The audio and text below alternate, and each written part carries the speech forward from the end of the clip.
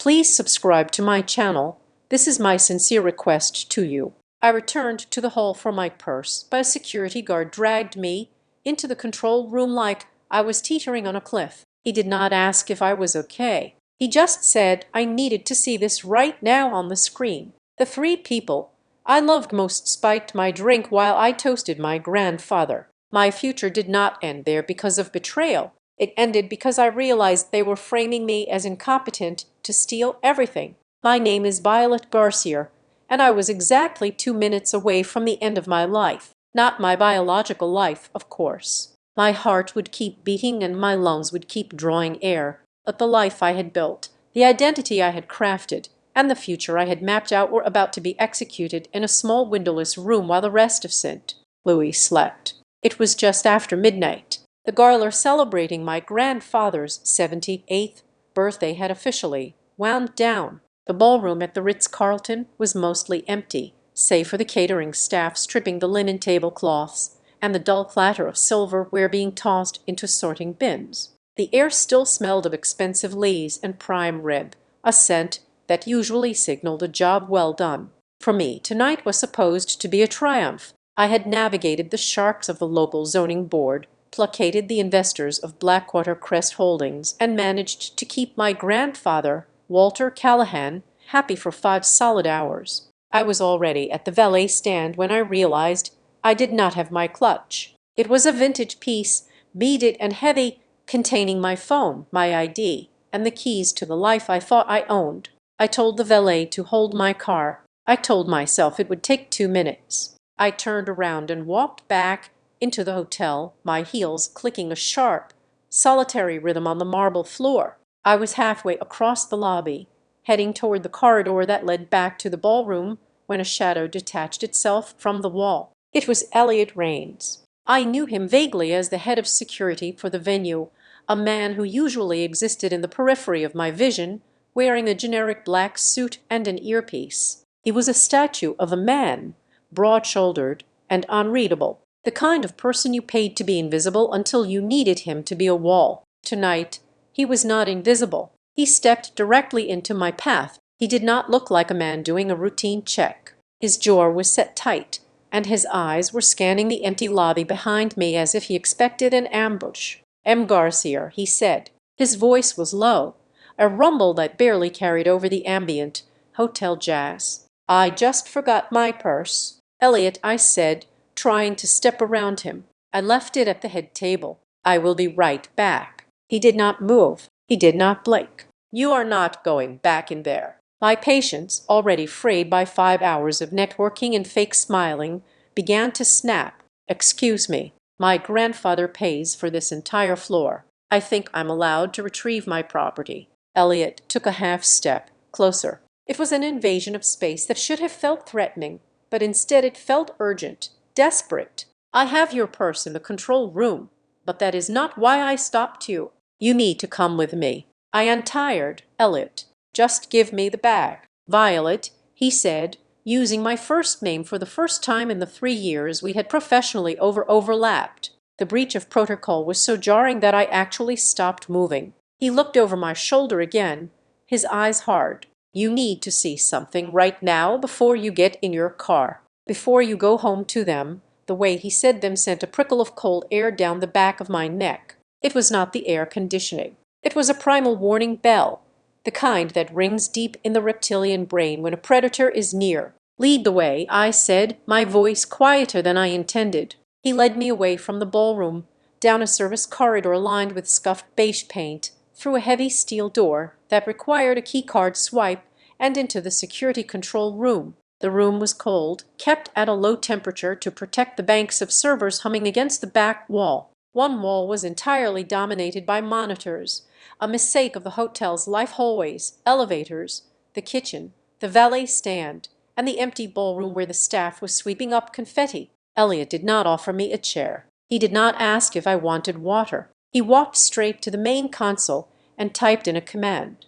A single video file filled the central screen. "I pulled this from the live feed 40 minutes ago," Elliot said.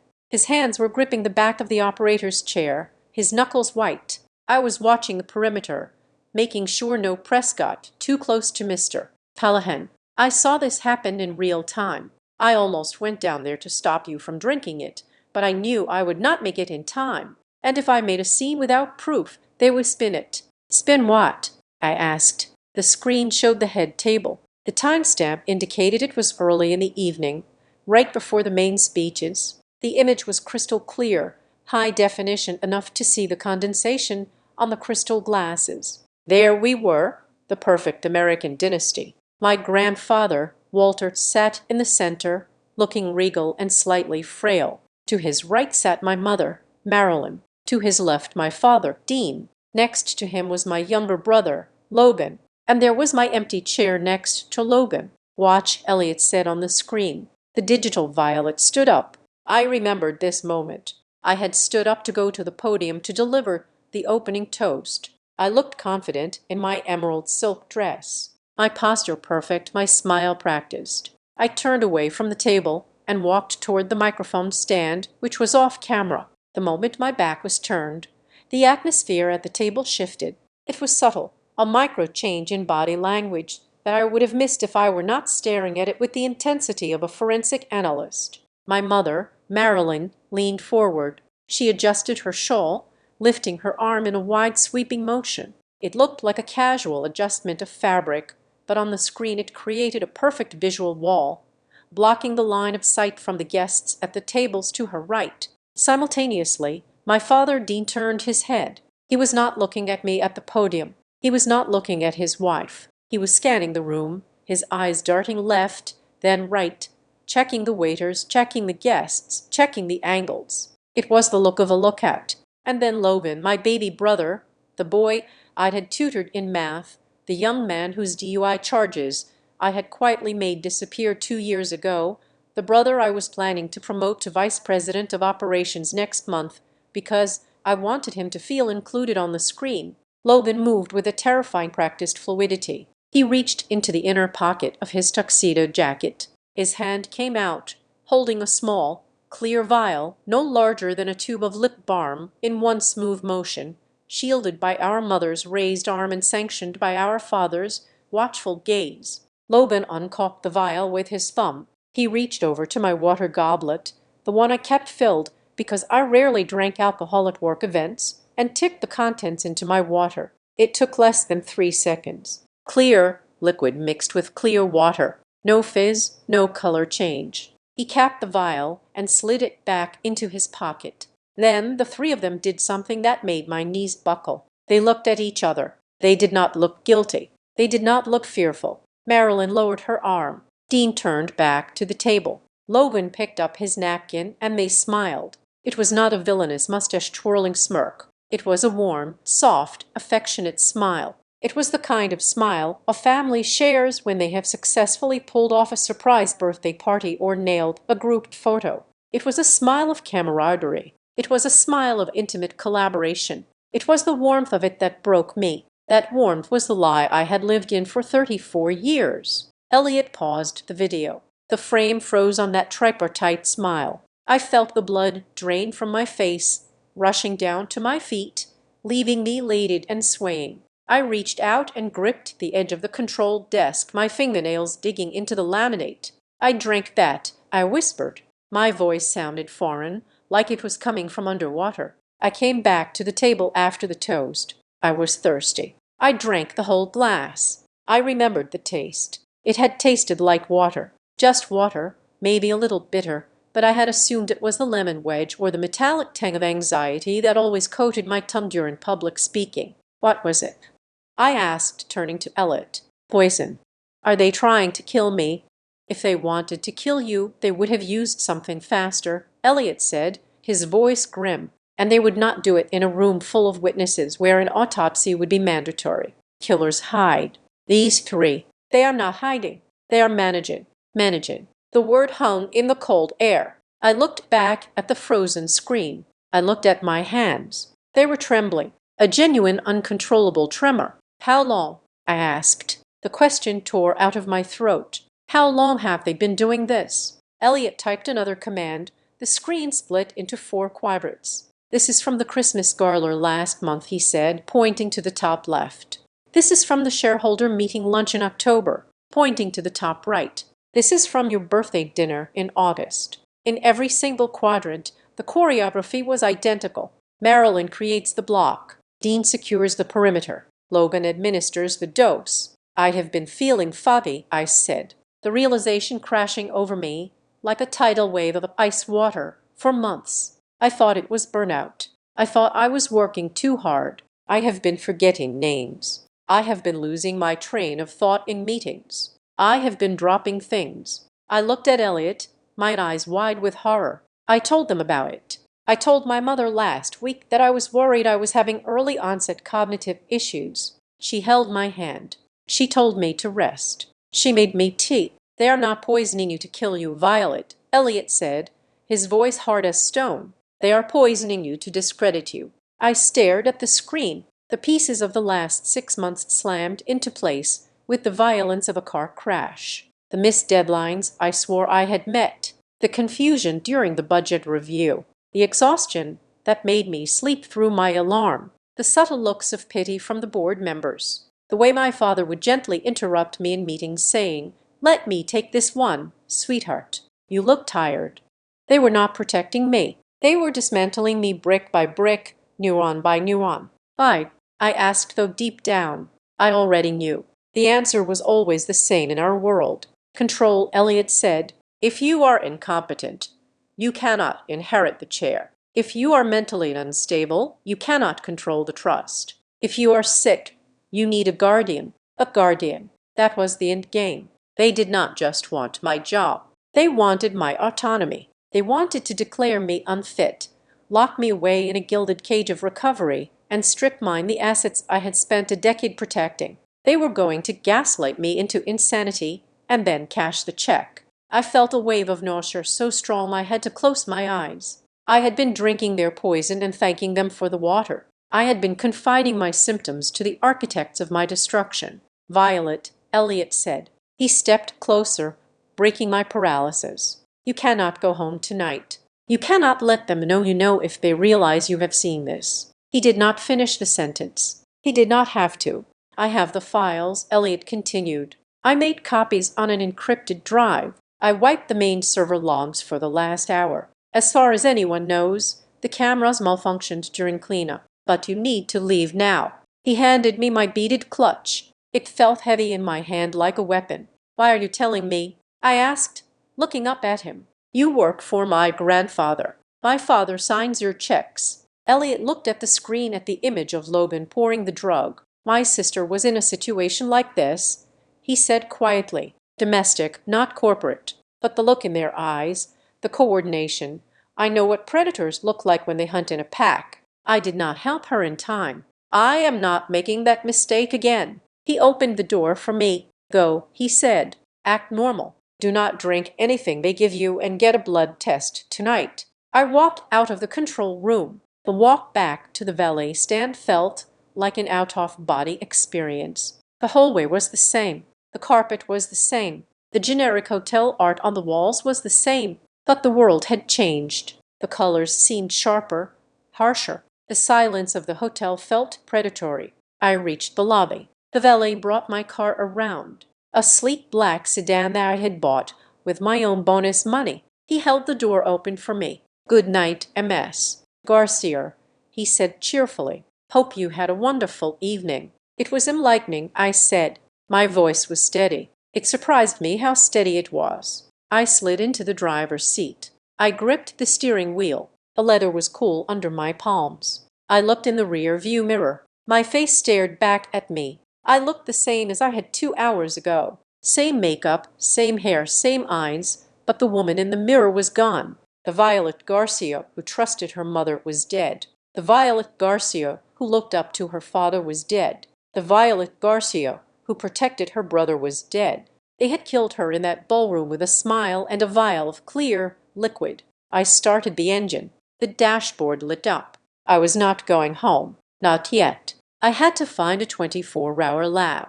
I had to find a lawyer who was not on my family's payroll. And I had to stop shaking. I took a deep breath, inhaling the scent of the new car leather and the faint, lingering perfume of the woman I used to be. They thought they were dealing with a sick, tired, confused girl. They thought they were slowly turning down the dimmer switch on my mind until I faded into the dark. They were wrong. They had just woken me up. I shifted the car into drive and pulled away from the curb, leaving the Ritz-Carlton behind me. The future I had planned was over. It had ended in a security room with a grainy video clip. Now a new future began. It was not going to be about business. It was not going to be about family. It was going to be about war. I drove until the city lights of St. Louis blurred into the darkness of the interstate. My hands were gripping the steering wheel so tightly that my knuckles had turned the color of old bone. I needed distance. I needed the hum of the engine to drown out the loop playing in my head,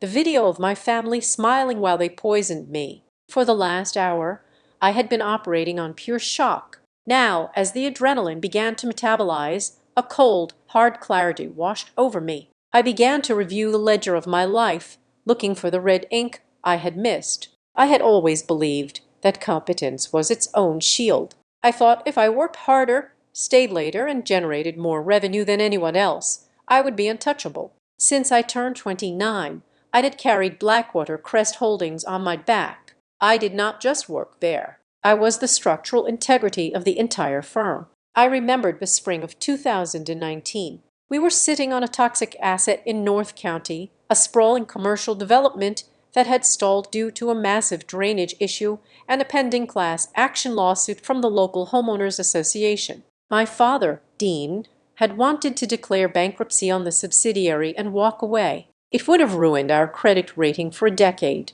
I refused. I spent 6 months living out of a trailer on the construction site. I negotiated with the city council for a zoning variance. I sat in living rooms with angry homeowners, drinking bad coffee and listening to their grievances until I forged a settlement that cost us less than 10% of the projected legal fees. I turned a $40 million liability into a premium mixed-use complex that now generated $3 million a year in passive revenue. My grandfather, Walter, had stood at the ribbon-cutting ceremony, his hand on my shoulder. He told the press, "Violet has the strategic mind this family needs. She takes true responsibility."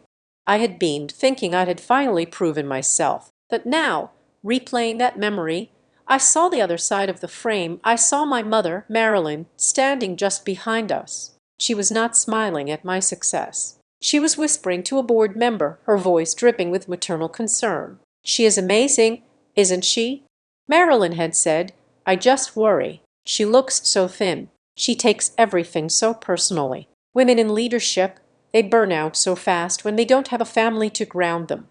At the time, I thought she was just being a mother. Now I realized she was planting a seed that suggested my competence was brittle, a manic phase before the inevitable crash. Then there was Logan. My brother was the golden boy who never actually touched gold. His office was 2 doors down from mine. It was a beautiful office filled with mahogany furniture and sports memorabilia, but the desk was always clean. Too clean. Logan was 31 years old. Yet, his professional resume was a work of fiction I had helped write. He was technically the vice president of business development. In reality, that meant he went to golf tournaments in Florida and hosted dinners in Las Vegas. Whenever I asked where Logan was during a crisis, my father would wave a hand dismissively. "He is networking, Violet. He is building the soft power. We need that stability for the future. You are the engine, but Logan is the paint job. People like the paint job." I had swallowed my resentment because I loved him. I thought he was just lazy. I thought he was harmless. I was wrong. He wasn't lazy. He was an actor. And for the last 6 months, he had been playing the role of the concerned brother, while I played the role of the deteriorating sister. The timeline Elliot showed me in the security room matched perfectly with the decline of my health. It started about 8 months ago. I began to feel a heaviness in my limbs, a mental fog that refused to lift no matter how much espresso I drank. I would sit in meetings listening to financial reports, and suddenly the numbers would swim on the page. I would lose the thread of a sentence halfway through speaking it. I blamed myself. I thought it was stress. I thought I was simply not good enough. And every time I stumbled, they were there to catch me, not to help me up, but to hold me down. I remembered a lunch meeting 3 weeks ago with the zoning commissioner. It was a high-stakes negotiation. Halfway through the appetizer, I felt a sudden wave of dizziness. My speech slurred slightly. I had to grip the table to keep the room from spinning. My father had immediately placed a hand on my arm. He didn't look at me. He looked at the commissioner. "I am so sorry," Dean had said, his voice smooth and apologetic. "Violet has been under a tremendous amount of pressure lately. We have been trying to get her to take an sabbatical. She pushes herself too hard and sometimes, well, sometimes the cracks show." He had signaled the waiter to take my wine glass away, even though I had only taken one sip. It was a masterful performance. To the commissioner, it looked like a father protecting his overworked daughter. But in reality, he was confirming a narrative. Violet Garcia is unstable. Violet Garcia is cracking. I merged onto the highway exit that led toward the medical district. I needed that blood test. I needed empirical data. As I waited at a red light, a terrifying realization settled in my gut. This wasn't just about the CEO position. If they just wanted the job, they could have outvoted me at the board level. They had the numbers. No, this was deeper. This was about ownership. I owned 30% of Blackwater Crest directly, a gift from my grandmother before she passed. I was also the primary beneficiary of the Callahan family trust, which controlled another 20%. Together, I held the controlling interest. They couldn't fire me. They couldn't vote me out unless I was legally incapacitated. The thought made my blood run cold. If they could prove a pattern of cognitive decline, memory loss, public outbursts, erratic behavior, substance issues, they could petition the court. They could argue that I was a danger to myself and the company's assets. They weren't trying to fire me. They were trying to place me under a conservatorship. They wanted to become my legal guardians. If they succeeded, I would become a child in the eyes of the law. My father would control my shares. My mother would control my bank accounts. Logan would take my title, and I would be sent away to some quiet, expensive facility to rest while they stripped the company for parts. I would be a ghost in my own life. I pulled into the parking lot of the private forensic lab Elliot had recommended. It was a nondescript brick building, the kind of place that handled paternity tests and corporate drug screenings. Before I got out of the car, I pulled out my phone. My hands were shaking less now. The anger was stabilizing them. I opened my calendar app. I wanted to see what was coming. I wanted to see their end game. There it was, 2 weeks from Saturday. The Callahan Legacy Gala. My mother had been planning it for months. She told me it was a celebration of the company's 50th anniversary.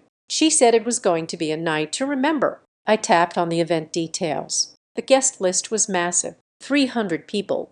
The mayor, the state senator, the entire board of directors, every major investor in the Midwest. My mother had sent me a draft of the itinerary yesterday. I hadn't looked at it closely then because I was too busy reviewing contracts. I opened the attachment now. 7 Pecan M, cocktails, 8 Pant M, dinner 9 Pecan M, keynote address by Walter Callahan 9:30 p.m. M, a special announcement regarding the future leadership of Blackwater Crest. I stared at the screen until the pixels blurred. They weren't going to wait for a court date. They were going to do it publicly, going to use that party to stage my final breakdown. They would drug me heavily, perhaps more than usual. I would slur my words on stage. I might faint. Maybe I would become aggressive. And then, with the entire St. Louis elite watching, my father would step in. He would take the microphone. He would look sad and burdened. He would announce that regrettably, due to my ongoing health struggles, the family was stepping in to take control. It would be a mercy killing of my reputation. No judge would deny their petition after a public spectacle like that. I turned off the phone and shoved it into my pocket. They had a plan. They had a timeline. They had a date circled in red where they would bury Violet Garcia alive. I looked up at the neon sign of the laboratory. They thought they were writing a tragedy about a woman who lost her mind. They thought I was the character who exits stage left, weeping into a handkerchief. I opened the car door and stepped out into the cool night air. They had the wrong script. I wasn't going to be the victim who fades away. I was going to be the villain they never saw coming. 2 weeks. I had 14 days. 14 days to find out exactly what they were putting in my body. 14 days to trace the money. 14 days to build a trap so intricate, so devastating that when they stepped into it, they wouldn't even hear the snap until their necks were already broken. I walked toward the lab entrance. My heels clicked on the pavement, sharp and rhythmic. The party was in 2 weeks. I would be there, and I would make sure it was a night to remember, just not the one they were expecting. Midwest Forensic Labs sat in an industrial park 10 miles west of the city limits, a squat gray box of a building that hummed with the sound of industrial ventilation. It was the kind of place that did not have a reception area designed for comfort. There were no magazines, no potted plants, and certainly no warm smiles. It was a place for paternity disputes, court-ordered drug screenings, and the quiet confirmation of worst-case scenarios. I walked in at 2 in the morning. The fluorescent lights overhead buzzed with a sound that felt like it was drilling directly into my skull. The night shift technician was a woman named Sarah who looked at my emerald silk evening gown and then at my frantic eyes with a professional detachment that I appreciated. I did not tell her I was the CEO of Blackwater Crest. I did not tell her my brother had poisoned me. I simply handed her a credit card and asked for the most comprehensive toxicology screen money could buy. I wanted a rush order. I wanted to know everything that was swimming in my veins down to the last molecule. While Sarah led me to the back to draw blood, I sent a text message to Elliot Rains. I typed 2 sentences. I am at Midwest Forensics. I need everything you have. The needle sliding into my arm felt like a violation. Yet, it was also the first honest thing that had happened to me all night. The blood filling the vial was dark and rich. It was mine for now. At least it was still mine. I was sitting in the plastic chair in the waiting room, pressing a cotton ball to the inside of my elbow. When Elliot's truck pulled into the lot through the glass front doors, I saw him hop out. He was still wearing his security suit, but he had ditched the earpiece. He carried a brown paper bag in his hand with the reverence one might usually reserve for a religious artifact. He came inside, bringing a gust of cool night air with him. He did not say hello. He sat in the chair opposite me, his knees almost touching mine in the cramped space. "I brought it," he said, his voice low. He opened the brown bag and pulled out a clear evidence bag. Inside was a crystal water goblet. I stared at it. It was the glass from the table, my glass. There was a faint smudge of my red lipstick on the rim. "How?" I asked. "I moved fast," Elliot said. "After you left the control room, I went straight to the ballroom. The bus boys were already clearing the head table. I told the kid working your section that I needed to secure the glacier for a breakage inventory. He didn't care. I grabbed this before he could dump it." He placed the bagged glass on the low table between us. "There is about an inch of liquid left in the bottom," he said. "It should be enough for a direct sample. It is better than blood work because it has not been metabolized yet. This is the raw product." I looked at the glass, then up at his face. "Why are you doing this, Elliot? You could lose your job. You could get blacklisted." Elliot leaned back, crossing his arms over his chest. He looked tired, the lines around his eyes deepening under the harsh lights.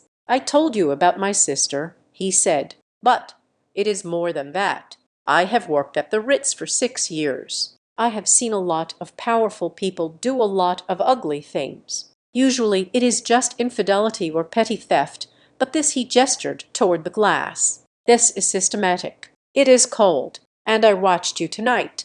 You walked back in there to get your purse with your head held high. You did not scream. You did not cry. You started thinking." He met my gaze, his expressions solid and grounding. "I respect that, and I do not want this to sink. If they get away with this, they will do it again. Maybe to you, maybe to someone else. I am not letting that happen on my watch." He reached into his pocket and pulled out a USB drive. "I also went through the secondary camera angles," he said. "The first video I showed you was from the main ceiling mount. It was wide, but we have a PTZ camera pan-tilt zoom mounted on the north pillar. It was focused on the floral arrangement, but the depth of field caught your brother perfectly." He pulled out his phone and connected the drive with an adapter. He tapped the screen and turned it toward me. The image was sharper than the first one. It was a side profile of Loban. I could see the sweat on his upper lip. I could see the tension in his jaw.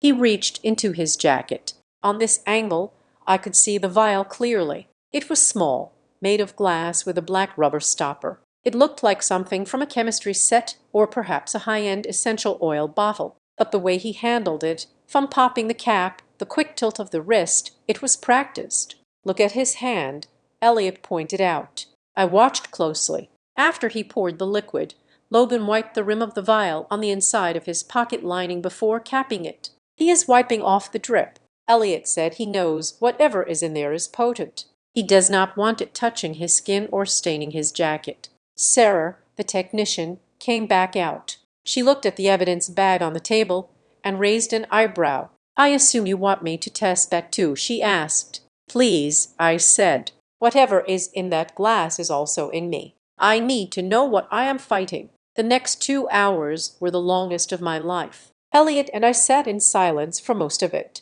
There was nothing to say that wouldn't sound like a cliché. The silence wasn't awkward. It was the heavy loaded silence of soldiers waiting for the artillery to start. At 4:30 in the morning, a man in a white lab coat emerged from the back. This was Dr. Evans, the lead toxicologist who had been called in due to the rush request. He held a clipboard and looked at me with a mixture of curiosity and concern. "M. Garcia?" he asked. I stood up. "Yes, come on back," he said. "You too, sir, if you are with her." We followed him into a small office cluttered with paperwork and computer screens showing jagged line graphs. Dr. Evans sat behind his desk and gestured for us to sit. We ran a full spectrum analysis on both the blood sample and the liquid in the glass. Dr. Evans began. He adjusted his glasses. "We found a match." "What is it?" I asked, bracing myself. "It is a cocktail, Dr. Zen said. A very sophisticated one. The base is a benzodiazepine derivative, something similar to Xanax but modified to be faster acting and shorter lasting. But it is mixed with a secondary compound, a scopolamine antagonist." I stared at him blankly. "In English, doctor, it is a cognition dampener," he said bluntly. "The sedative relaxes you, makes you compliant and physically slow. The scopolamine element attacks short-term memory formation and executive function. It creates a state of high suggestibility and confusion." He tapped the graph on his screen. "This is not a recreational drug, MS. Garcia. This is not something people take to get high. This is something you give to someone to make them seem incompetent." The word hung in the air. Incompetent. "If you were under the influence of this, Dr.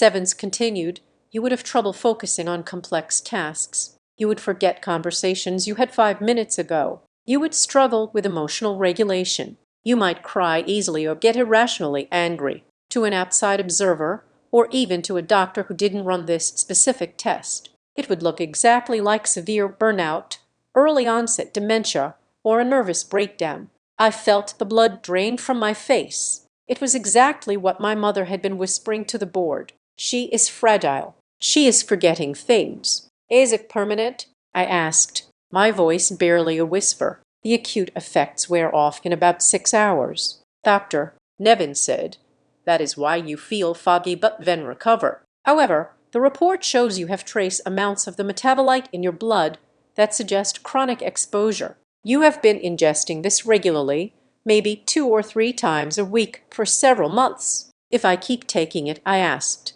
Dr. Evans looked grim. "Long-term exposure to these compounds can cause permanent neural pathway degradation. But the more immediate danger is the behavioral profile. If you went to a court-appointed psychologist right now, while this is in your system, they would diagnose you with cognitive impairment.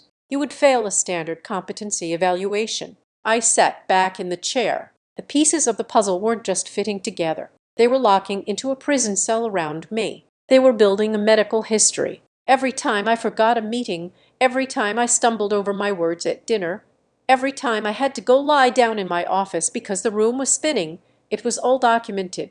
My father probably had a log. My mother probably had notes in her diary. "If they have this documentation," Elliot said, speaking for the first time, his voice raspy, "they can use it to file for guardianship." "Exactly," Dr. Evans said. "It is a chemical frame-up. They are manufacturing a disability. I looked at the clipboard. I need that report. I need it certified. I need every graph, every number, every time stamp. You will have it. Dr. Evans said, but a mess. Garcia, this substance, you cannot buy it at a pharmacy. This is compounded. Someone made this specifically for this purpose. You are looking for a source.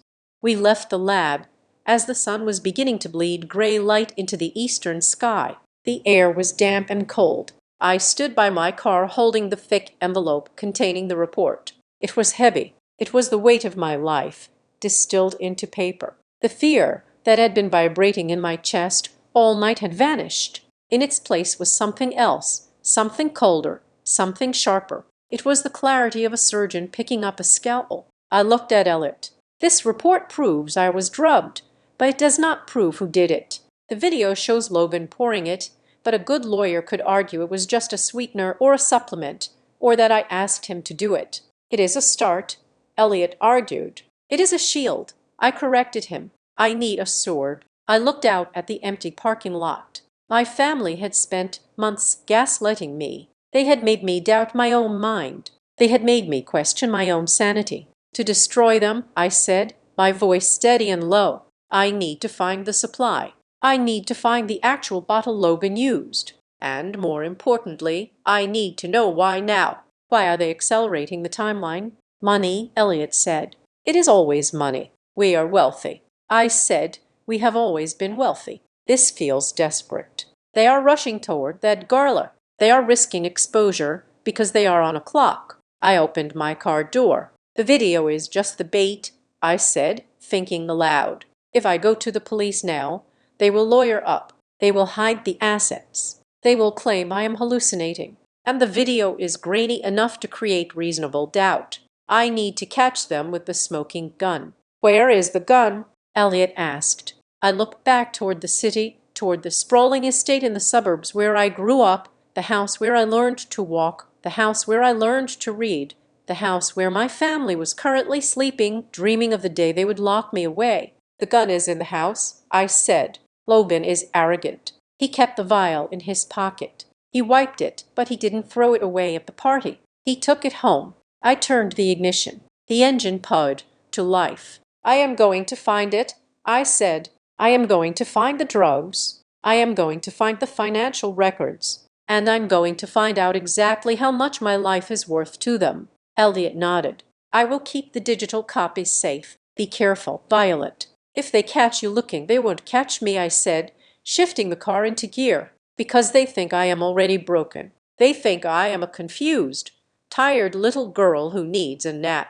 I pulled out of the lot, driving toward the sunrise. I wasn't confused anymore. I was wide awake, and I was going hunting. Saturday morning arrived with a lean sky that matched the weight in my chest. The Callahan estate was a sprawling Georgian manor that usually felt like a fortress, but today it felt like a stage set where everyone knew their lines except the audience, and I was the only audience left. The family was preparing for the annual Founders Brunch at the Beller Country Club. It was a high-visibility event, the kind where business deals were sealed over mimosas and golf handicaps were lied about with a smile. Under normal circumstances, I would have been the first one in the car, armed with a binder of talking points and a smile sharp enough to cut glass. Today, however, I was playing the role of the invalid. I lay in my bed wearing a silk robe that felt too heavy, my hair deliberately unwashed and pulled back into a messy knot. I had skipped foundation and concealer, letting the dark circles under my eyes, which were real, thanks to 3 nights of insomnia, stand out in stark relief against my pale skin. My bedroom door creaked open. It was my mother, Marilyn. She was dressed in a navy Chanel suit, looking every inch the matriarch. She held a glass of water in a single pill on a small porcelain saucer. Violet, darling, she cooed, her voice dripping with a sweetness that made my stomach churn. We are about to leave. Are you sure you do not want to come? The senator will be there. I can't, Mom, I said, making my voice sound thin and brittle. My head is pounding. The room is spinning again. I just need to sleep. She sat on the edge of the bed and placed the back of her hand against my forehead. Her skin was cool. her diamond rings hard against my temple. "You are warm." She lied. I was not warm. "You stay here. Rest. I told everyone you are fighting off a nasty viral infection. No one will judge you." She offered me the pill. "Take this. It will help you sleep." I took the pill in the water. I pretended to swallow, tucking the tablet into the pocket of my cheek with a sleight of hand I had practiced in the mirror for an hour. I drank the water to sell the act. "Thanks, Mom," I whispered. "We will be back by 3, she said, patting my leg. "Logan and your father are waiting in the car. Sleep well." She left, closing the door with a soft click. I waited. I counted the seconds in my head. 100, 200. I heard the heavy front door close. Then the muffled roar of the Range Rover starting up in the driveway. The crunch of gravel faded as they drove away. I spat the pill into a tissue and flushed it down the toilet. Then I moved. The transformation was instant. The fragile invalid vanished. In her place was the CEO who had stared down union strikes and hostile takeovers. I pulled on a pair of yoga pants and a black hoodie, slipping my phone into my pocket. I had roughly 4 hours. I moved through the silent house like a ghost. The staff had been given the day off, a generosity my father had insisted on, likely to ensure there were no witnesses to my condition if I had an episode. The house was empty. I headed straight for the east wing to Logan's home office. Logan loved his privacy. He had installed a biometric lock on his office door 2 years ago, claiming he had sensitive client files. But I knew Logan. He was lazy and he was arrogant. He never believed anyone would actually try to breach his sanctuary. I did not have his fingerprint, but I had something better. I had the master override key. When we renovated the HVAC system last summer, I had to have access to every room for the contractors. I had kept the physical key on my keychain, telling Logan I had returned it to the security company. He had never checked. My hands were steady as I slid the brass key into the cylinder beneath the fingerprint scanner. It turned with a satisfying heavy clunk. I slipped inside and closed the door behind me, locking it from the inside. The room smelled of leather, stale cigar smoke, and expensive bourbon. It was a chaotic mess of trophies. Framed photos of Logan with minor celebrities, and a desk that looked like a disaster zone. I put on a pair of latex gloves I had swiped from the kitchen cleaning supply closet. I pulled out my phone and started a video recording. "I am entering Logan Garcia's office," I narrated softly, the camera panning across the room. "Time is 10:45 in the morning. Purpose of entry is to secure evidence of financial misconduct and conspiracy. I needed to establish a chain of custody, even if it was just for my lawyer. If they accused me of planting evidence, this video would be my insurance." I started with the desk drawers. They were locked, but a letter opener from the desktop worked the flimsy mechanism of the side drawer. What I found was not business development strategies. It was a graveyard of bad decisions. I pulled out a stack of paperclip documents. I laid them on the desk, keeping the camera focused on the text. "Gambling debts," I whispered. There were markers from 3 different casinos in Las Vegas totaling over $400,000. There were wire transfer receipts to offshore accounts in the Cayman Islands. But the real horror was underneath the casino markers. I found a thick envelope from a private lending firm called Apex Capital. I knew Apex. They were not a bank. They were loan sharks who wore suits and charged interest rates that bordered on criminal. The loan amount was staggering. $2 million. I read aloud, my voice shaking slightly. "Due in full in 90 days. The date on the loan was 3 months ago. The deadline was next week. Logan was underwater. He was drowning. If he didn't pay this back, they wouldn't just sue him. People like Apex broke legs. Or worse, this was the motive. He didn't just want my job for the prestige. He needed my salary, my bonuses, and access to the company accounts to save his own life." I photographed every page, every signature,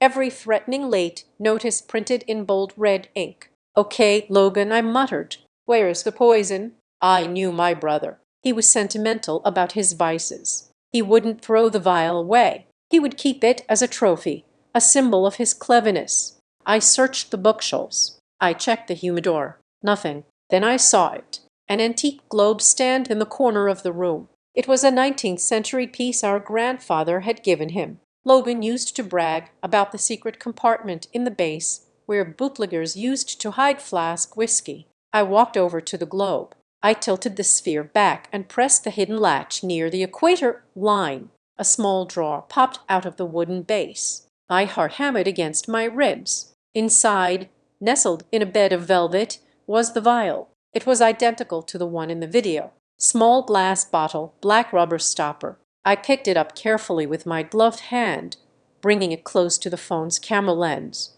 Found in the secret compartment of the antique globe in Logan's office, I narrated. The vial was not empty. There was a residue at the bottom. A few drops of clear, viscous liquid clinging to the glass. Residue present. I said, this goes to the lab.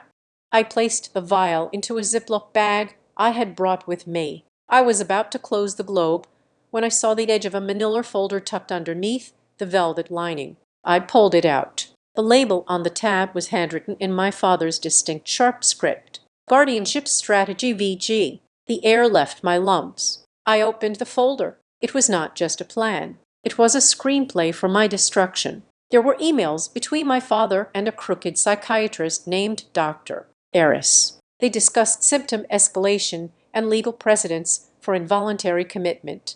There was a draft of a petition to the probate court already filled out. Petitioner Dean Garcia responded, Violet Garcia.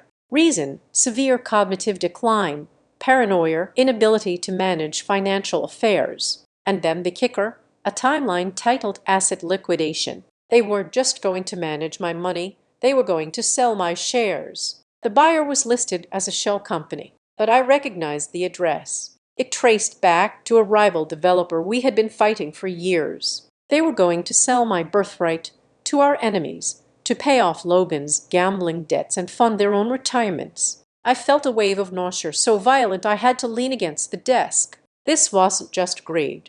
This was an execution. They were going to erase me. Suddenly, a sound cut through the silence of the house. The crunch of tires on gravel. I froze. I checked my watch. It was only 11:15. They were supposed to be gone until 3. Why were they back? Car doors slammed. Voices drifted up from the driveway. I forgot the portfolio. Dean, I cannot meet him without the portfolio. It was Logan. He sounded frantic. Just hurry up, my father shouted. We are already late. Panic, cold, and electric shot through my veins. Logan was coming up here, to this room, to get a portfolio. I was trapped. I had maybe 60 seconds before he walked through that door. I scrambled. I shoved the guardianship folder back under the velvet lining of the globe. I snapped the secret drawer shut. I spun the globe to its original position. I grabbed the financial documents from the desk. I couldn't organize them perfectly. I just shoved them back into the side drawer. Was the paper clip on the left or the right? I couldn't remember. I jammed it in and locked the drawer with the letter opener. The front door opened downstairs. I will be right down. Logan yelled from the foyer. I heard his heavy footsteps pounding up the stairs. I looked around. Had I left anything? The chair. I spun it back to face the window. I sprinted to the door. I could hear him on the landing. He was 20th T away. If I opened the door now, he would see me. I looked at the secondary exit, a narrow door that led to a shared bathroom connecting to the guest suite. I bolted for it. I slipped inside the bathroom just as I heard the beep of the biometric lock on the office door. I held my breath, pressing my ear against the wood. The office door opened. Logan stomped in. I heard him rummaging around the desk. Where is it? Where is it? He muttered. My heart was beating so hard I was terrified he could hear it through the wall. I clutched the Ziploc bag with the vial against my chest. Silence. Had he noticed the drawer? Had he seen the globe was slightly askew? Got it, he said. I heard his footsteps retreat. The office door beeped as it locked automatically. I didn't move. I waited until I heard him running down the stairs. Let's go, he yelled. The front door slammed again. The engine revved. The gravel crunched. They were gone. I slumped against the bathroom door, sliding down until I hit the cold tile floor. I was gasping for air, sweat drenching my back. I had the vial. I had the photos of the debts. I had the video of the guardianship plan. I stood up, my legs shaking. I needed to get back to my room. I needed to be the invalid again. I crept back through the hallway, entering my bedroom. I stripped off the yoga pants and hoodie, hiding them deep in the back of my closet inside a garment bag. I put the heavy silk robe back on. I messed up the pillows to look like I had been tossing and turning. I hid the Ziploc bag and my phone inside the hollowed-out base of my bedside lamp, my own secret hiding spot. I climbed into bed and pulled the duvet up to my chin. 10 minutes later, the house was silent again. But 20 minutes after that, the car returned. They must have retrieved the portfolio and come back to change or check on me before heading to the event properly. My bedroom door opened. I kept my eyes closed, breathing in a slow, shallow rhythm. It was Logan. I could smell the same cologne that lingered in his office. He walked to the side of the bed. I felt his presence looming over me. He wasn't checking to see if I was okay. He was checking to see if I was still out of the way. He pulled out his phone. I heard the tap of keys. Yeah, he whispered into the phone. She is out cold. Looks like a corpse. He paused, listening to someone on the other end. Don't worry, Logan said, a smirk audible in his voice. She is still weak. Everything is on plan. By the time she wakes up enough to realize what is happening, the papers will already be signed. He laughed, a short, cruel sound. We are going to be rich men. Just get the buyer ready. He walked out of the room, leaving the door slightly ajar. I opened my eyes. I stared at the ceiling, where a crystal chandelier caught a stray beam of light from the window. They thought I was a corpse. They thought I was finished. I reached under the duvet and clenched my fist. Logan was right about one thing. Someone was going to be finished by the time the papers were signed, but it wasn't going to be me. The Sunday after I raided Logan's office, I spent the entire day securing my insurance policy. I did not trust the cloud, and I certainly did not trust the safe in my bedroom, which I now knew my mother had a key to. I went to the basement behind the heavy oak paneling of the wine cellar where my father kept his vintage Bordeaux. Years ago, I had installed a small fireproof wall safe behind a rack of 1982 Petrus. Only I knew the combination. I took the USB drive containing the security footage from the party. I took the SD card with the photos of Logan's gambling debts and the guardianship papers. I placed them inside a waterproof pouch. Then I initiated a full backup of my personal laptop to a solid-state drive, encrypted with a 256-bit key that would take a supercomputer century to crack. I locked it all away behind the wine rack. If they came for me, if they dragged me out of the house in a straitjacket, the truth would be waiting here, safe among the expensive reds. Monday morning marked the beginning of my greatest performance. I was no longer Violet Barcia, the shark of the real estate world. I was Violet the victim, Violet the broken. I arrived at the office 20 minutes late. I had never been late in 6 years. I wore a suit that was slightly wrinkled, and I had applied makeup to make my skin look sallow and gray. When I walked into the conference room for the weekly executive strategy meeting, the conversation stopped. My father sat at the head of the table. Logan was to his right, spinning a pen between his fingers. Sorry, I mumbled, avoiding eye contact. Traffic. I got turned around. I sat down and opened my laptop. I fumbled with the password, typing it wrong twice on purpose so the projector screen would show the login failed error message to the entire room. Take your time, Violet, my father said. His voice was warm, dripping with that performative patience that made my skin crawl. We were just discussing the quarterly projections for the Kirkwood development. Right, I said Kirkwood, the zoning issue. The zoning was approved last month. Violet, Logan said, his voice laced with a sneer he didn't bother to hide. We are talking about the construction bids. I pressed my hand to my temple, finding a headache. Right. Of course, the bids. I thought we were going with who was it? The company from Chicago. The room went silent. There was no company from Chicago. We had been exclusive with a local S. Lewis firm for 10 years. I looked around the table. I saw the exchanged glances. The chief financial officer looked down at his notepad.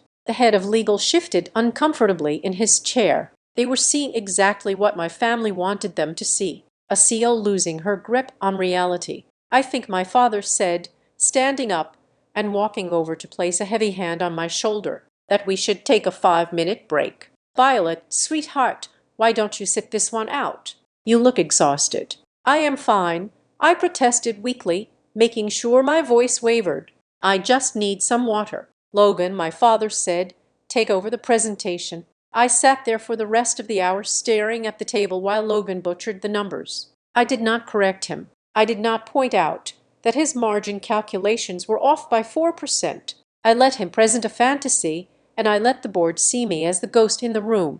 The campaign escalated at home. My mother, Marilyn, transformed into a nurse from a Gothic horror novel. She was constantly hovering, constantly offering sustenance. "I made you a smoothie," she said Tuesday evening, walking into the library where I was pretending to read reports. "Spinach and blueberries. Good for the brain." The glass was tall and frothy. I smiled gratefully. "Thanks, Mom. You are the best." I waited for her to leave the room. She lingered at the door, watching. I lifted the glass to my lips. I let the liquid touch my tongue. It was bitter, masked by too much stevia, but I did not swallow. I made a gulping sound in my throat. She smiled and walked away. I immediately spat the liquid into the soil of the large potted ficus in the corner. I had been watering that plant with my mother's love for 3 days. By Wednesday, the leaves had started to turn yellow. I survived on protein bars. I kept hidden in the hollowed-out heel of my winter boots and water from sealed bottles I bought at gas stations on my way home. I was starving, but the hunger kept me sharp. It kept the anger burning hot and clean in my gut. But acting weak was not enough. I needed to force their hand. I needed them to admit on record what the ultimate goal was. On Wednesday night, during a family dinner where I pushed peas around my plate like a sullen teenager, I dropped the bait. "I am scared," I said, my voice trembling. I was driving today, and I couldn't remember where the office was. I ended up 3 exits down the highway. My father put down his fork. My mother covered her mouth with her hand. "Oh, Violet," she whispered. "I made an appointment. I lied with Dr. Sterling. He is a neurologist at Barnes Jewish Hospital. I am seeing him on Thursday morning for a full cognitive evaluation. I need to know if I have what Grandma had." The silence at the table was absolute. I saw the panic flare in Logan's eyes. If I saw an independent, reputable neurologist, and he declared me clean stressed, maybe, but cognitively sound, their entire guardianship strategy would collapse. They needed their crooked doctor, the one I had seen in the file, to make the diagnosis. An honest opinion would ruin everything. Thursday, my father asked, "That is very soon. Do you think you are up for a hospital visit alone?" "I have to know," I said. "I can't live like this." I excused myself and went upstairs. I did not go to my room. I went to the linen closet at the top of the landing, which shared a wall with the back terrace where Logan liked to smoke his evening cigar. I cracked the window of the closet open just an inch. I held my phone up, the voice recorder app open, and the gain turned all the way up. 3 minutes later, the terrace door opened. I heard the flick of a lighter. Then, the sound of a number being dialed. "It is me." Logan's voice came through the crack, low and urgent. "We have a problem." She booked an appointment with Sterling for tomorrow. I know Sterling is legit. That is the problem. If he scans her brain and finds out she is fine, or worse, finds the traces of the compound before we can flush it, we are dead. The guardianship petition requires a diagnosis of permanent incapacity. Sterling won't give us that. My heart hammered against my ribs. There it was. The word guardianship. Yeah, Dad knows. Logan continued.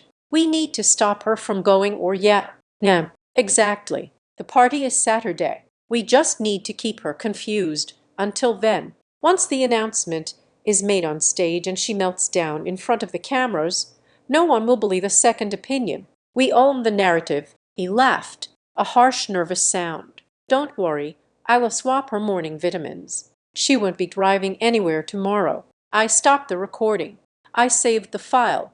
I uploaded it immediately to the encrypted cloud server I had set up. I had the financial motive. I had the method. And now I had the confession of the legal conspiracy. But I wasn't done. I needed to know exactly where the line was. The next morning, instead of going to the fake appointment, I called in sick. I claimed I couldn't get out of bed. This delighted them. It meant I wasn't seeing Dr. Sterling. I used the time to make a call I should have made days ago. I used a burner phone I had bought with cash. Daner Clean, the voice on the other end, answered. She was a criminal defense attorney known for being expensive and ruthless. She was not a family friend. She was a shark who ate other sharks. I need to know the laws regarding recording conversations in Missouri, I said, skipping the pleasantries. Specifically, if I am a party to the conversation or if I am recording in my own home where I have an expectation of privacy. Missouri is a one-party consent state,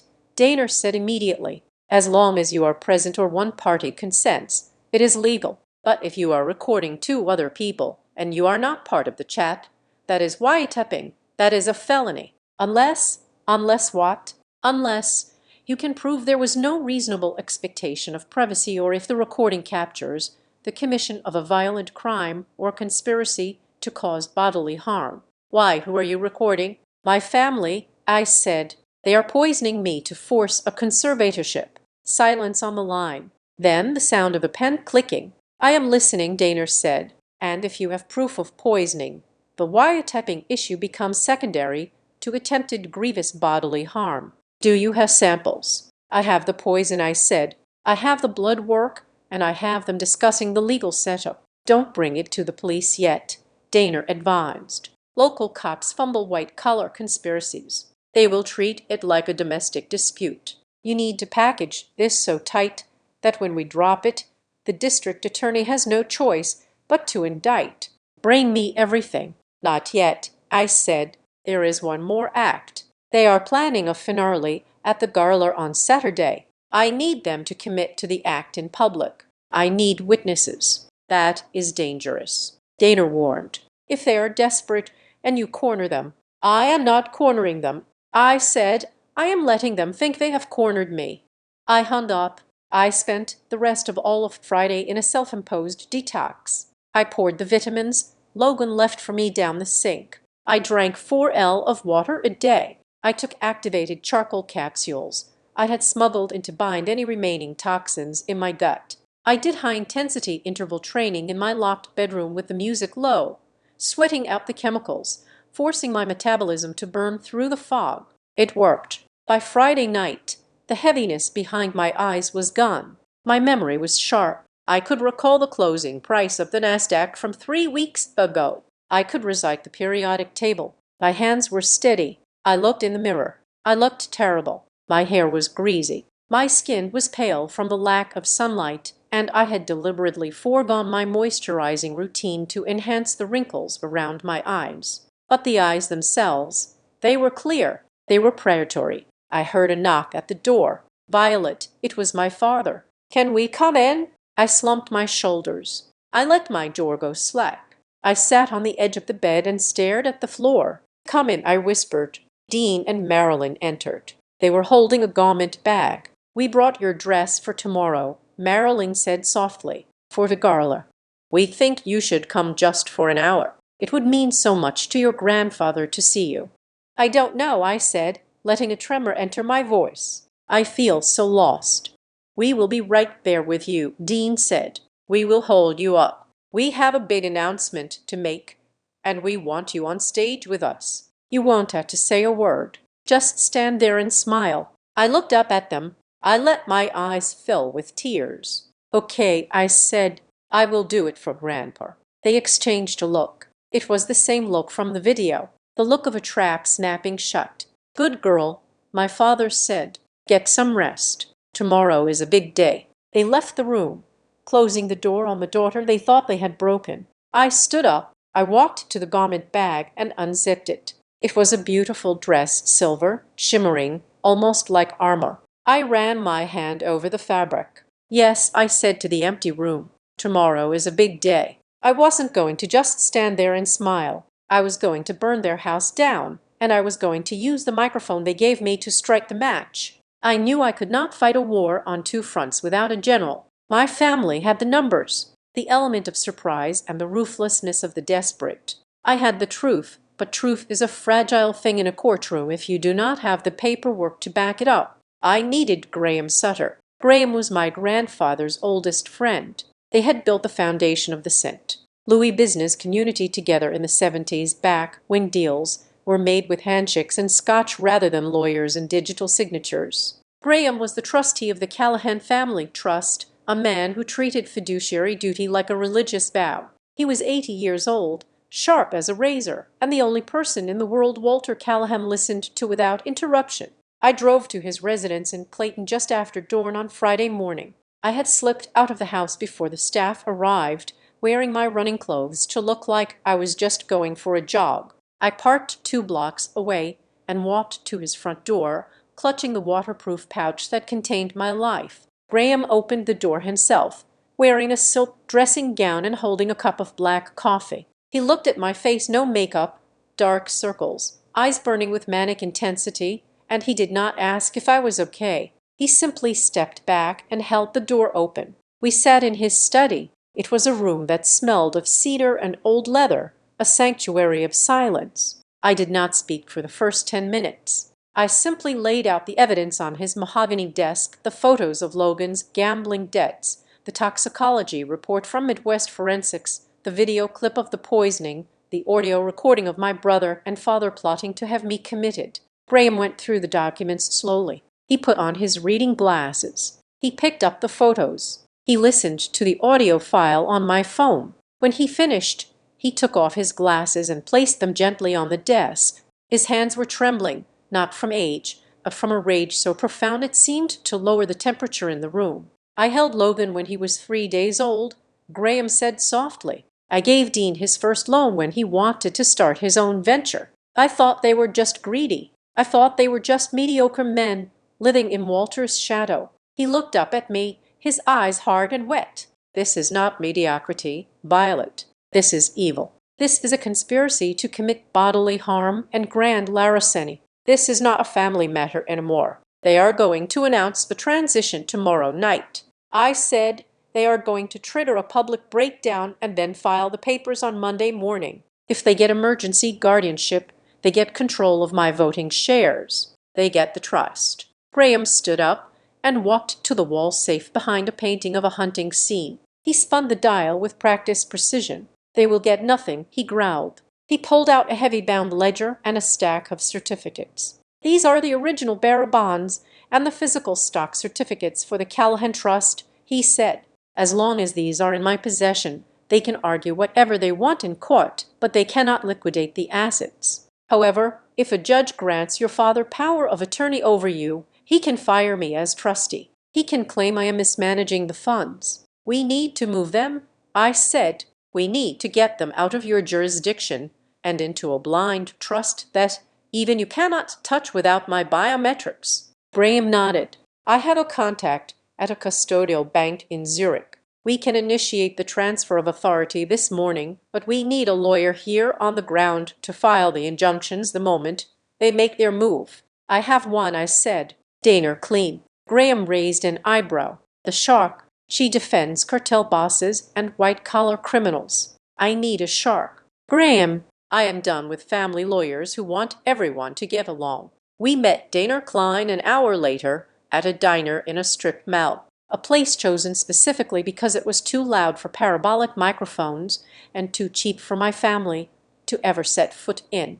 Daner was already there, nursing an iced tea. She was a striking woman, sharp-angled and intense, wearing a suit that cost more than the car I was driving. I introduced her to Graham. They shook hands with the mutual respect of two predators recognizing each other's scent. "I reviewed the digital drop you sent me," Daner said, sliding a thick folder across the Formica table. "It is good, but it is not a slam dunk. In a competency hearing, the standard of proof is lower than a criminal trial. If your father brings in 3 doctors who say you are unstable and you bring in 1 toxicology report, the judge might still grant a temporary order just to be safe, and a temporary order is all they need to sell the company." "So what do we need?" I asked. "We need a chain of custody that is unbreakable." Daner said, "We need to prove that the behavior they are citing as instability is a direct result of the poisoning. We need to link the specific dates of your episodes to the dates on the videos where they do you."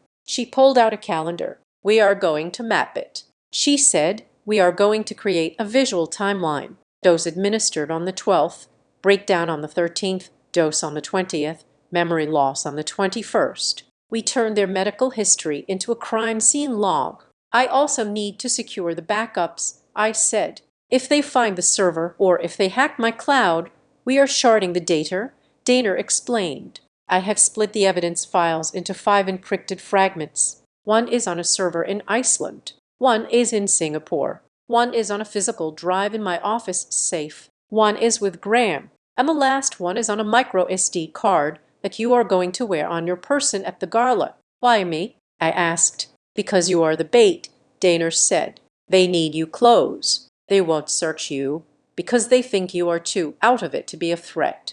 You are the safest place for the kill switch. We spent the next hour strategizing. Graham made the calls to transfer the physical custody of the trust assets to a holding firm that answered only to a biometric key. Daner drafted the criminal complaints, assault, conspiracy, fraud, leaving the dates blank, ready to be filed the second the trap was sprung, but we were missing one piece, the why. We knew Logan was in debt. We knew my parents wanted control, but the scale of the liquidation plan I had seen in Logan's office didn't match a simple cash grab. They were selling off prime assets, buildings we had held for 30 years for 60 cents on the dollar. That wasn't just greed. That was a fire sale. I looked into the buyer, Daner said, tapping a document in the folder. The shell company listed in the asset liquidation plan, Obsidian Ventures. It is registered in Delaware. Standard anonymity. I assumed it was a hedge fund, I said. So did I. Daner said, but then I cross-referenced the address with the return address on one of the debt collection letters you photographed in Logan's office, the one from the loan shark. She slid a photo across the table. It was a close-up of the threatening letter Logan had received. The footer contained a small, barely legible routing code for wire payments. I ran the routing number, Daner said. It does not go to a loan shark. It goes to a private equity firm called Voss Capital Partners. The name hit me like a physical blow to the chest. The diner noise faded away. Carter Voss, I whispered. Graham slammed his hand on the table, rattling the silverware. Voss, that son of a is behind this. Carter Voss was my nemesis. 3 years ago, we had gone to war over the riverfront redevelopment project. It was the biggest contract in the city's history. Voss had tried to bribe the city council. He had tried to blackmail the unions. He played dirty, but I had played smarter. I had exposed his lack of liquidity. I had out-negotiated him with the landowners. I humiliated him in the press. He lost $50 million when that deal collapsed. He had vowed publicly that he would see Blackwater Crest burn. It makes sense, I said, the pieces clicking together with terrifying precision. Logan is weak. He got into gambling debt. He probably borrowed money from a friend of a friend, not realizing it was a Voss front. Voss let the debt pile up until he owned Logan, and then he offered a way out. Daner finished. Get rid of the smart sister. Put the dummy in charge. Sell the company to Voss for pennies on the dollar. Logan gets his debts wiped in a golden parachute. Voss gets the company he has always wanted and revenge on you. My parents, I asked. Do they know? They might not know it is Voss, Graham said, rubbing his temples. Dean is arrogant, but he hates Voss. If he knew he was selling his father's legacy to his worst enemy, he might hesitate. Logan is likely lying to them, too. He's telling them the buyer is a neutral party. Or, I said, a cold realization settling in. They don't care. Maybe they hate me more than they love the company. It was a bitter pill, but I swallowed it. This changes everything, I said. This isn't just a family tragedy. This is a hostile takeover disguised as a mental health crisis. Logan is the Trojan horse. It raises the stakes. Daner agreed. If we expose this, we are not just taking down your brother. We are taking down Carter Voss. He will have lawyers that cost $1,000 an hour. He will sue you for defamation before the words leave your mouth. Let him sue. I said, I want him in the room. What? Graham asked. The garler, I said. If Voss is the buyer, he will be there. He won't be able to resist watching me fall. He will want to see the moment the Garcia dynasty crumbles so he can swoop in. I looked at Daner. Can we find out if he is on the guest list? I can check, Daner said. But He might come as a +1 or under a corporate alias. He will be there, I said with certainty. His ego demands it. I leaned forward. We are not just going to stop the announcement. We are going to turn that ballroom into a courtroom. I want the police waiting in the wings. I want the SEC informed about the insider trading and the fraud, but I don't want them to move until I give the signal. You are going to let them start the show, Graham realized. We spent the rest of the meeting finalizing the logistics. Dana would coordinate with a private security team to secure the exits of the ballroom. She would have a team of forensic accountants ready to seize the company servers the moment the police moved in. Graham would handle the board members, preparing a vote of no confidence to be triggered immediately after the gala. I left the diner feeling lighter than I had in weeks. The fear was gone. The confusion was gone. I drove back to the estate, slipping in through the side door just as the house was waking up. I went to my room and lay down on the bed. I closed my eyes, but I did not sleep. I visualized the ballroom. I visualized the lighting. I visualized the face of Carter Voss when he realized that the woman he thought was broken was actually the one holding the detonator. Twist number 3 had changed the game. I wasn't just fighting for my freedom anymore. I was fighting a war against an invasion. My brother was a traitor. My parents were collaborators. And Carter Voss was the invading army. Tomorrow night on the stage my grandfather built, I was going to nuke them all. The only thing harder than realizing your family hates you is realizing the man who promised to love you forever is holding the knife. Ethan Ward was the golden standard. He was 36, an investment banker with a jawline that could cut glass and a reputation for ethical trading that was almost unheard of in our tax bracket. We had met 2 years ago at a charity auction. He bought a painting he admitted he hated just because I said I liked the artist. 6 months ago, he proposed in Paris on a private balcony overlooking the Seine. It was perfect. He was perfect. My parents adored him. My grandfather respected him. For the last week, amidst the chaos of discovering my poisoning and the corporate coup, Ethan had been my one mental safe harbor. I had deliberately kept him out of it. I told myself I was protecting him. I told myself that once I blew up my family, he would be the one person standing in the rubble with me, holding my hand. I was naive. It was Friday afternoon. The gala was less than 24 hours away. I was sitting in my car parked down the street from my own house, supposedly resting inside. I was actually going through Ethan's shared calendar on my phone. We synced our schedules of necessity for 2 busy professionals. I saw an entry for 3 in the afternoon. Client meeting, West End. It was innocuous routine, but something about it scratched at the back of my mind. The West End was not the financial district. It was where the boutique hotels and discreet stakeis were. And then I remembered something my father had said on the phone to Logan earlier that week before I started recording them. He had mentioned a final alignment meeting at 3:00 on Friday. I felt a cold prickle of paranoia. Surely not. Ethan was rich in his own right. He didn't need my money. He didn't need my position. But paranoia is a survival instinct. And right now, my survival instinct was screaming. I called Dana clean. I need a favor, I said, my voice tight. I need you to put a tail on my fiancé. Ethan Ward, Dana asked, surprised. I thought he was the civilian in this war. I need to know he is a civilian, I said. He is meeting someone at the Chase Park Plaza Hotel in 20 minutes. I need photos of who he is sitting with. I will get my investigator on it, Dana said. But, Violet, be prepared. If you turn over this rock, you might find something that bites. I drove to a coffee shop and waited. I stared at my engagement ring. It was a 3-carat oval diamond. It sparkled innocently in the afternoon sun. I spun it around my finger, feeling the weight of it. 40 minutes later, my phone pinged. It was a secure message from Dana. There were 3 photos. The first showed Ethan walking into the hotel lobby. He looked handsome in his charcoal suit, checking his watch. The second showed him entering a private conference room. The third photo was taken through the glass panel of the door before the blinds were fully closed. Ethan was shaking hands with my father Dean, and sitting at the head of the table looking like a cat who had just swallowed a canary was Carter Voss. I stared at the screen until the image burned into my retinas. My fiancé, my father, my enemy. They looked comfortable. They looked like partners. Ethan was laughing at something Voss said. It was a relaxed, easy laugh, the same laugh he used when we watched movies on the couch on Sunday mornings. My phone rang.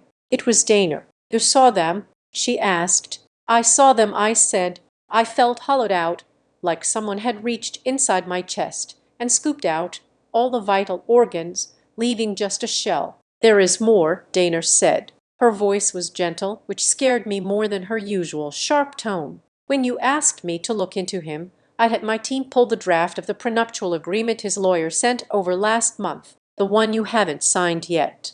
I remember. I said we were going to sign it next week. It seemed standard. Separate assets, separate debts. It is not standard," Dana said. "I found a clause on page 42, subsection C. It is buried in the definitions of material change in circumstance. Read it to me." I commanded. "It says that in the event one party is declared legally incapacitated or suffers from a debilitating cognitive condition that renders them unable to manage their estate, the other party, the spouse, assumes immediate and total control of all personal assets, voting rights and trust distributions, bypassing the usual court-appointed conservator process." I closed my eyes. It was a trigger. If I married Ethan and then my family successfully painted me as mentally unstable, they wouldn't even need to fight for guardianship in court. I would have signed my life away to my husband. Ethan would control my shares. Ethan would control my trust, and Ethan was sitting in a room with Carter Voss, the man who was buying my company for pennies. "He is the lock," I whispered. "My parents are the trap, but Ethan is the lock." "Violet," Dana said, "do not go home to him. Stay at a hotel." "No," I said. The hollow-s was filling up with something else. It was filling up with ice. "If I don't go home, he will know. I know. He thinks he is playing the long game. He thinks I am a stupid love-struck woman who is losing her mind. What are you going to do?" "I am going to let him play his hand." I hung up. I drove home. Ethan arrived at the estate at 6:00 in the evening. He came in through the front door, bringing a scent of the cool autumn air in his expensive cologne. He was carrying a bouquet of white lilies, my favorite. "Hey, beautiful," he said, walking into the living room where I was sitting on the sofa staring at a blank wall. He kissed the top of my head. His lips felt like a brand. "How are you feeling?" he asked, sitting next to me and taking my hand. "Your mom said you had a rough day. Dizzy spells." I looked at him. I looked at the man I had planned to build a life with. I looked at the eyes that I thought were windows to a kind soul. They were just mirrors. "I am okay," I said, pitching my voice to be soft and uncertain. "Just confused. I feel like I'm losing time." "Ethan." I looked at the clock, and it was noon, and then suddenly it was 4:00. "I don't know what is happening to me." He squeezed my hand. "SHH. It is okay. It is just stress. You have been carrying that company alone for too long. It is taking a toll. I am scared about tomorrow." I said, "The Garla, I don't know if I can do it." "You have to do it," he said quickly. Too quickly. He caught himself and slowed down, stroking my hair. "I mean, it is important for the family, and I will be right there holding your hand. You won't have to do anything. Your dad has a plan to help you take a step back. A break. We can travel. We can finally go to the Amalfi Coast, like we talked about." "A break," I repeated. "Dean mentioned that he wants me to take a sabbatical." "It is a good idea," Ethan said. "Let them handle the business for a while. You just focus on us on getting better." I looked at the flowers on the table. White lilies. They were funeral flowers. "Did you have a good day?" I asked. "Work was okay." "Boring." He lied. "Just stared at spreadsheets all day. Missed you the whole time." He didn't blink. He didn't hesitate. He lied to my face with the ease of a sociopath. "I missed you too," I said, and in a twisted way. It was true. I missed the man I thought he was 5 hours ago. That man was dead. "I have something for you," he said. He reached into his pocket and pulled out a small velvet box. My heart stopped. Was he proposing again? He opened it. It was a diamond necklace, a delicate chain with a single teardrop diamond. "Wear this tomorrow," he said. "It matches your eyes." I let him clasp it around my neck. The metal felt cold against my skin. It felt like a collar. "Thank you," I whispered. "I love you, Violet," he said, looking deep into my eyes. "I will take care of you no matter what happens. I will take care of everything." "I know you will," I said. He stayed for dinner. He ate my mother's roast chicken. He joked with Logan. He talked sports with my father. He fit in perfectly. He was one of them. I watched him from across the table. I saw the way he glanced at my father when I dropped my fork. A quick conspiratorial nod. She is fading. It is working. I excuse myself early, claiming exhaustion. Up in my room, I locked the door. I went to the wall safe behind the wine rack in the basement. I had moved the contents to my room earlier when the house was empty. I plugged the USB drive into my laptop. I created a new folder, the fiancé. I uploaded the photos Daner had sent me, the time-stamped images of him with the Voss. Then I uploaded a copy of the prenuptial agreement, highlighting the incapacitation clause. Finally, I recorded a new audio log. "My name is Violet Garcia." I spoke into the microphone. "It is Friday night. My fiancé, Ethan Ward, is conspiring with Carter Voss and my family to defraud me. He has drafted a legal document to seize my assets under the guise of marriage. He is not a victim. He is an architect." I saved the file. I sat back in my chair and looked at the screen. The folder was full. The father, the mother, the brother, the lover, the enemy. 5 people.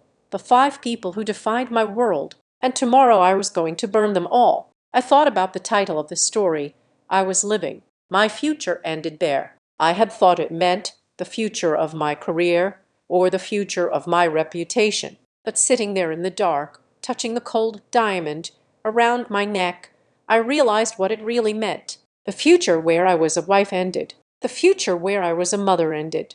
The future where I had a family ended. Everything I had spent 34 years building, the love, the trust, the hope was gone. It had been sold for parts to a private equity firm. I didn't cry. I was past crying. I felt a strange, dark liberation. If I had no future, then I had nothing to lose. And a woman with nothing to lose is the most dangerous creature on the planet. I took off the engagement ring. I looked at the inscription inside the band forever. I put it back on. I would wear it tomorrow. I would let him hold my hand on stage. I would let him think he was walking his prize pony to the auction block. And when the moment came, I wouldn't just expose his greed, I would expose his soul. I picked up my phone and sent one text message to Daner.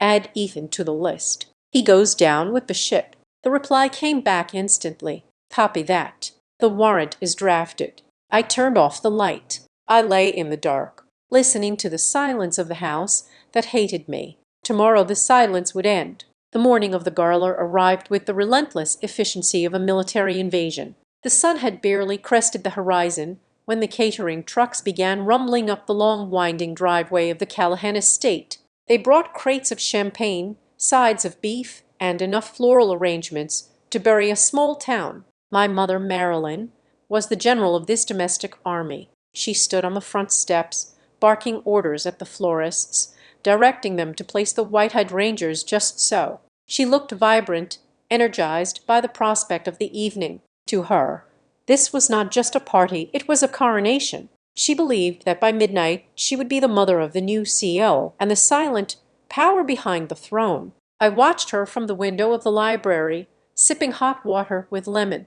I felt a strange sense of detachment, like an astronaut watching the Earth from orbit. I knew the trajectory of every moving part down there. I knew that the tent being erected on the south lawn was where the overflow guests would mingle. I knew that the podium being tested on the main stage in the ballroom was where my father intended to end my career. I had spent the last 24 hours ensuring that the guest list was weaponized. My parents had invited the usual suspects, the board of directors, the bankers, the local politicians, but I had added a few names to the list through a proxy email account. I had tipped off the business editor of the St. Louis Post-Dispatch. I had sent an anonymous invitation to the head of the state ethics committee. I wanted witnesses. I wanted the people who wrote the history of this city to be in the room when the ink dried. At 10:00 in the morning, I walked into the kitchen where my father and Logan were drinking coffee. I made sure my hand trembled as I reached for a mug. I let the ceramic clatter against the granite countertop. "Dad," I said, my voice thin and anxious, "I am worried about tonight." Dean looked up from his tablet. "Worried about what, sweetheart? You don't have to do anything. Just stand there." "The press," I said. "I saw a van parked down the road. If I have an episode or if I get confused, I don't want them taking photos of me. I don't want to be on the front page looking like a crazy person."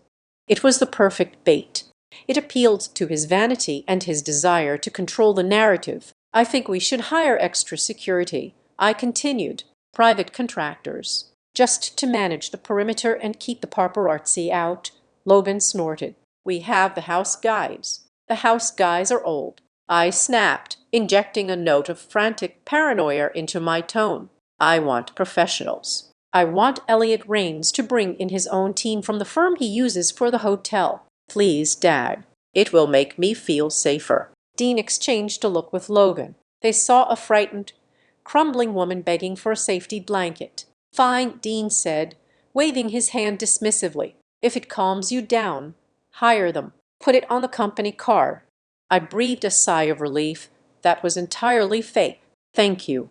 They didn't know that I had already hired them, and they certainly didn't know that the team Elliot was bringing wasn't there to keep people out. They were there to lock the doors when the time came. They were there to make sure that once the truth started playing, no one could pull the fire alarm and clear the room. At noon, Elliot arrived. He came in a nondescript van officially to install perimeter sensors. In reality, he was smuggling in a mobile command center. I met him in the servants' corridor behind the kitchen. He handed me a small hard drive case. "We are set," Elliot whispered. "I have bypassed the house's internal server. We are running on a closed-loop system. The microphones on the podium, the projector, the lighting rig. I have root access to all of it. If they try to cut the power at the breaker box, I have 3 battery backups that will keep the projector running for 20 minutes. "And the video?" I asked. "I brought in a forensic technician this morning." Elliot said he is set up in the guest house. He processed the raw footage from the hotel, the clips from the Globe camera, and the audio files. He added digital watermarks and cryptographic timestamps. "If your family tries to claim these are deep fakes, we can prove in court that the pixels have never been altered. It is bulletproof." "Good," I said. "Where will you be?" "I will be in the security booth at the back of the ballroom," he said. "I have a direct line of sight to the stage. When you give the signal, I cut their mics and I roll the tape." "The signal is the phrase final words," I reminded him. "When I ask for a chance to say my final words, that is the trigger." "I know," Elliot said. He hesitated for a second, looking at me. "You look tired, Violet. Real tired." "I am saving my energy," I said. At 2:00, I had to perform the hardest scene of the day. My grandfather, Walter, was resting in the solarium. He was wearing his tuxedo trousers and a smoking jacket, looking at a photo album of my grandmother. I walked in and sat on the ottoman at his feet. I rested my head on his knee. It wasn't acting. I loved him more than anyone in the world, and the guilt of what I was about to do to his family was eating a hole in my stomach. "Hi, Grandpa," I said softly. He put his hand on my hair. "Violet, you look beautiful, even without the fancy dress." "I am scared I'm going to let you down tonight," I whispered. I let my body sag, letting him feel the physical weight of my exhaustion. "I feel slippery, like my mind is a bar of soap in the shower."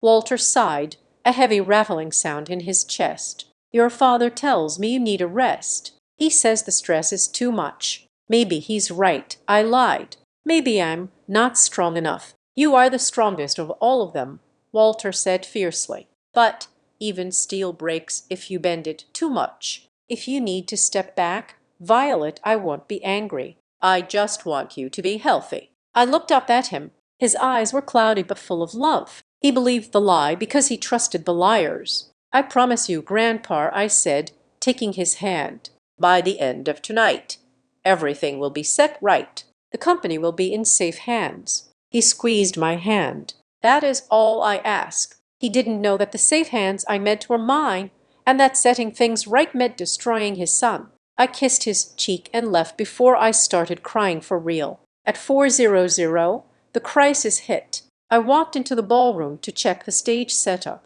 The room was magnificent. Gold and white drapery hung from the ceiling. Tables were set with crystal and silver for 300 guests, but something was wrong. I looked at the head table. It was positioned on a raised dais facing the room, but the seating cards had been moved. Originally, my seat was dead center next to the podium. Now, my card was at the far end behind a large floral centerpiece, and the angle of the room's main decorative pillar blocked the line of sight from the main audience to that specific chair. My mother was standing by the stage, directing a waiter. "Mom," I called out, keeping my voice shaky but loud enough to be heard. "Why did you move my seat?" Marilyn turned, her smile tight. "Oh, Violet, I just thought.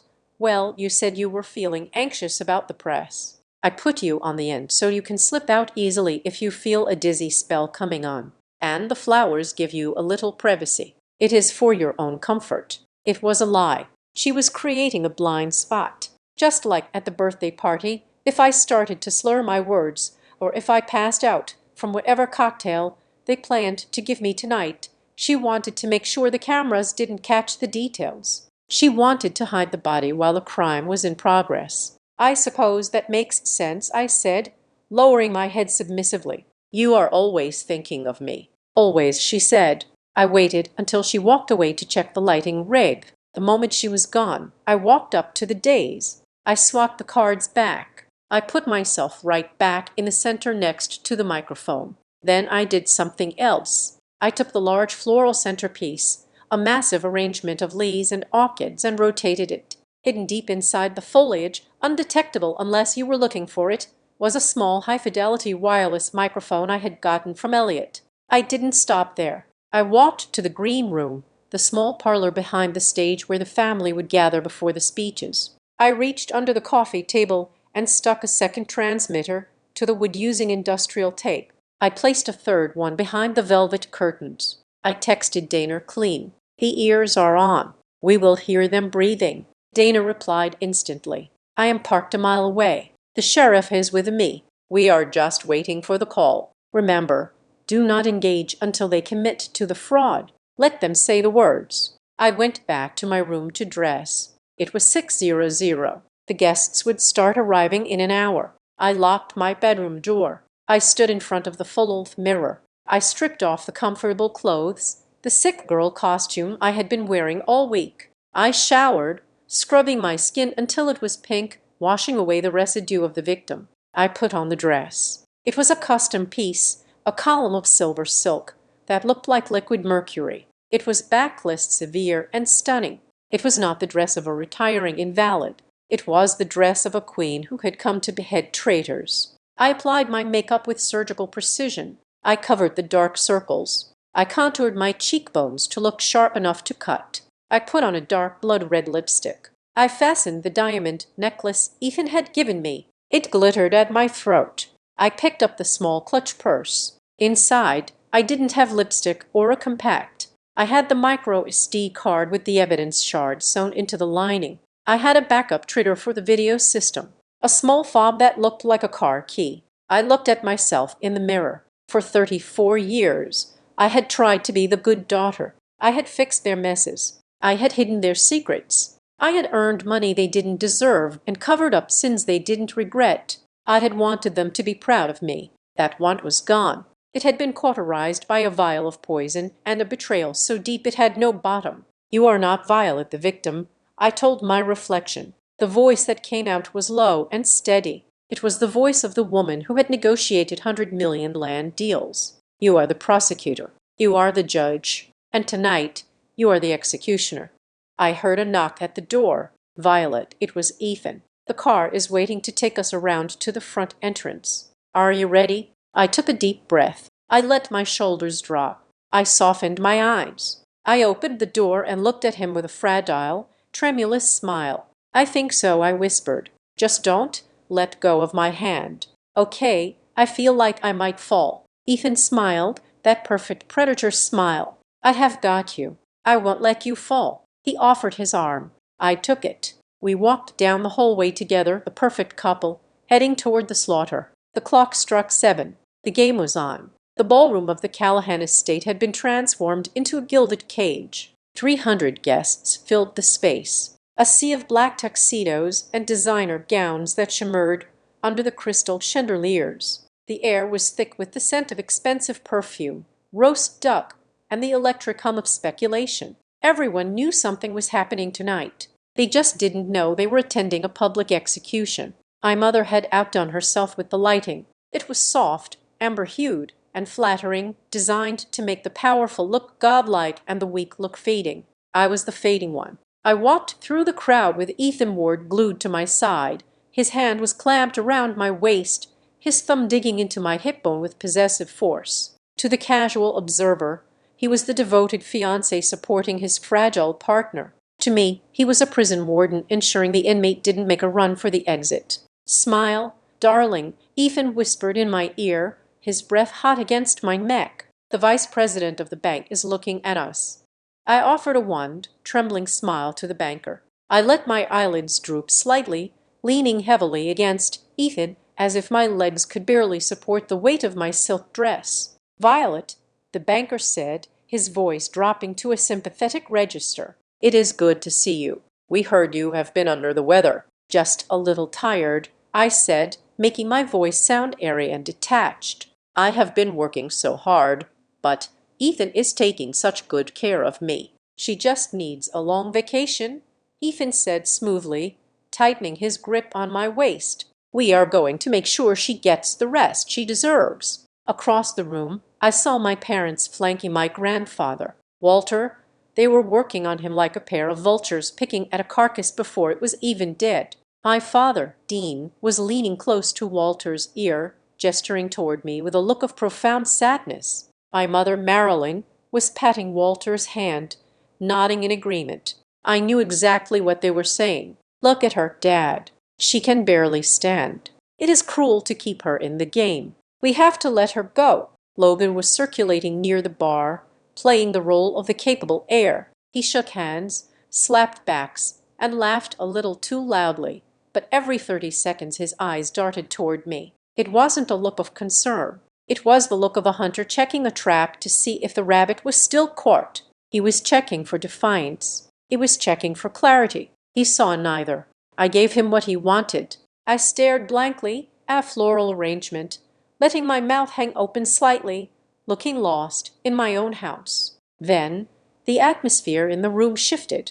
It was a subtle change, like a drop in barometric pressure before a tornado. The conversation near the entrance died down and then rippled outward in hushed whispers. I turned my head slowly. Walking through the main archway was a man who had absolutely no business being at a Callahan family event. Carter Voss. He was wearing a tuxedo that cost more than most people's houses. He was tanned, silver-haired, and exuded the predatory confidence of a man who had already bought the building and was just stopping by to inspect the plumbing. He was not on the guest list. I had checked it 3 times. My father did not look surprised. He did not look angry. Dean broke away from my grandfather and walked straight toward Voss. They didn't shake hands, that would be too obvious. Instead, they exchanged a nod, a single sharp nod of acknowledgement. Voss smiled. It was a smile of ownership. He looked around the ballroom, his eyes landing on me. He didn't see a rival. He saw a line item on a balance sheet he was about to delete. I felt a cold rage crystallize in my chest. Voss was here to sign the papers. They weren't just announcing my stepping down. They were announcing the sale tonight. "Who is that?" Ethan asked, feigning ignorance though his pulse jumped against my arm. "An old enemy?" I whispered, letting fear bleed into my voice. "Ethan, I don't feel well. I need to sit down." "Please, just hold on a little longer," Ethan said, his voice hardening. "The speeches are in 10 minutes. "I need water," I pleaded. "I'm going to faint. Please, Ethan, just get me a glass of water." He looked at me with annoyance, checking his watch. "Fine, stay right here. Do not move." He marched toward the bar. The moment he was 3 bodies away, I moved. I didn't go to the chairs. I slipped through the side curtain that led to the small dark corridor behind the stage the green room area where the family would stage their entrance. I pulled out my phone. I had planted the bulbs earlier, but I didn't need to check the recording. I could hear them through the thin plywood wall of the staging area. My father and Logan had slipped in there to confer with Voss's attorney, who had evidently arrived with him. I pressed my ear against the velvet drape, hidden in the shadows of the wings. "Is the notary here?" That was my father's voice. Urgent, jittery. "He is in the library," an unfamiliar voice replied. "Carter wants the announcement made before the cake is cut. He wants the stock transfer initiated at 9:00 sharp." "And Violet?" Logan asked. "What if she makes a scene?" "Let her," my father said.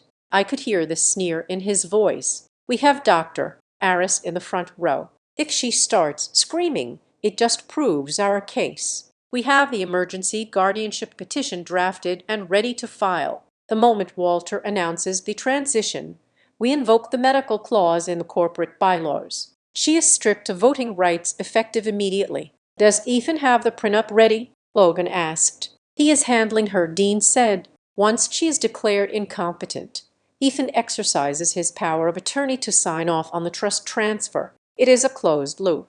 Boys, by tomorrow morning, Blackwater Crest is history and we are $40 million richer." "And Dad," Logan asked, "what if Grandpa BS?" "He won't," Dean said. "He is old. He is tired. He trusts us. We will tell him it is a merger to save the company, because Violet ran it into the ground." I stepped back from the curtain. I had heard enough. They weren't just stealing my job. They were dismantling 50 years of my grandfather's life, selling it to his worst enemy, and using my insanity as the cover story. They were going to gaslight the entire city of St. Louis. I looked at my phone. The recording app was running. The audio was clear. I sent a single text message to Elliot Rains in the control booth. "Red light. We are live." Then I texted Dayer Klein. "Execute." I slipped back through the curtain and into the ballroom. Just as Ethan was returning with the water, I took the glass, my hand shaking genuinely now, not from fear, but from the adrenaline of a soldier about to charge a machine gun nest. "Here," Ethan said, watching me drink. "Feel better?" "Much better," I said. I looked at him. "You were right, Ethan. Everything is going to be over soon." He smiled, thinking I was surrendering. "That is my girl." Suddenly the lights in the ballroom dimmed. A spotlight hit the stage. The murmuring of the crowd died down. My father walked up the stairs to the podium. He looked handsome, authoritative, the picture of a grieving patriarch doing what had to be done. "Ladies and gentlemen," Dean began, his voice booming through the speakers. "Thank you for joining us on this momentous evening. 50 years ago, my father, Walter Callahan, laid the first brick of this company." Applause rippled through the room. Walter stood up at his table, waving humbly. "Tonight," Dean continued, his voice lowering to a somber tone, "we face a difficult transition. As many of you know, the pressure of leadership can be a heavy burden, and sometimes, for the sake of those we love, we must make hard decisions to protect them." He looked directly at me. The spotlight swung, blinding me. 300 faces turned to look at the sick daughter. "Violet," Dean said, extending a hand. "My daughter. She has given everything to this company, but recent health challenges have made it clear that she needs to rest. She needs to heal." He paused for effect. "Therefore, tonight, with the full blessing of the board and the family, we are announcing a restructuring of leadership. Violet will be stepping down effective immediately to seek the treatment she needs. And to ensure the stability of Blackwater Crest, we are entering into a strategic partnership." He was about to say it. He was about to say Voss Capital. I didn't wait. I broke away from Ethan's grip. He tried to grab my arm, but I was faster. I moved with a speed that startled him. I walked toward the stage. "Violet, wait."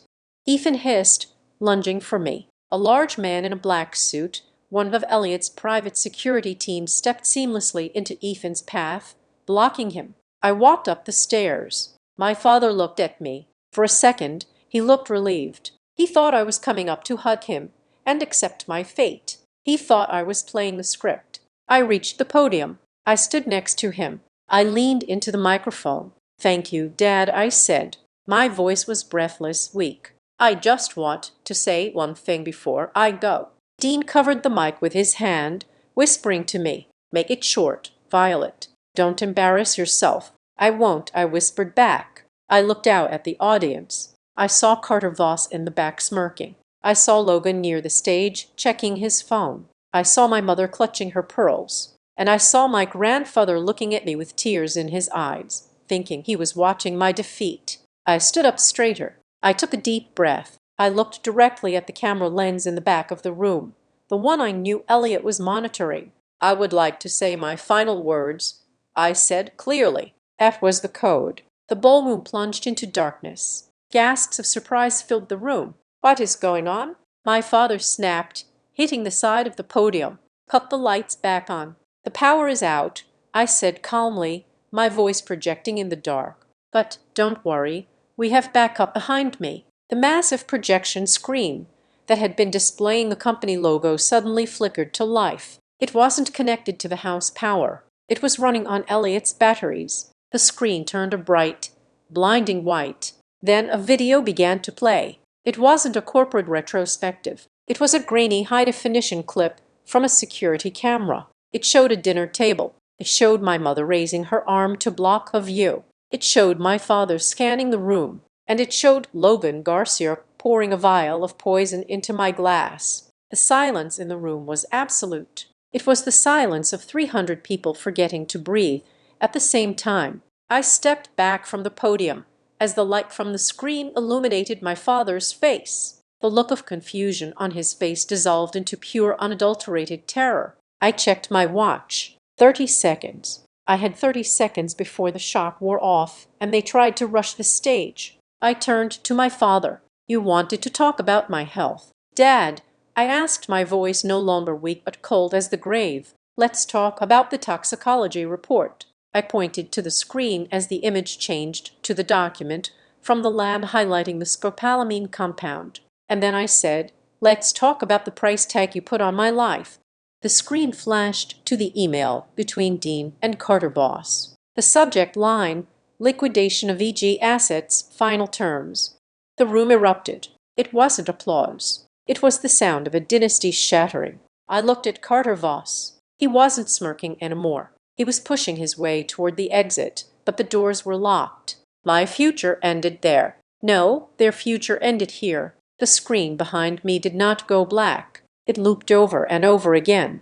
The 300 guests in the ballroom watched the same 10 seconds of footage. They watched my mother, Marilyn, raise her arm like a curtain. They watched my father, Dean, scan the room like a lookout. They watched my brother Logan pour a clear liquid into my glass with the practiced ease of a bartender. The silence that had fallen over the room was heavy, suffocating, and absolute. It was the sound of a collective intake of breath that no one dared to release. I stepped away from the podium, moving to the side so I was no longer blocking the view. I looked at my father. His face had drained of all color, leaving him a pale wax and mask. His mouth opened and closed, but no sound came out. The microphone picked up his ragged breathing, amplifying his panic for everyone to hear. That I said, my voice slicing through the silence, was recorded 3 months ago, at my grandfather's birthday. But, as the timestamps show, it was not an isolated incident.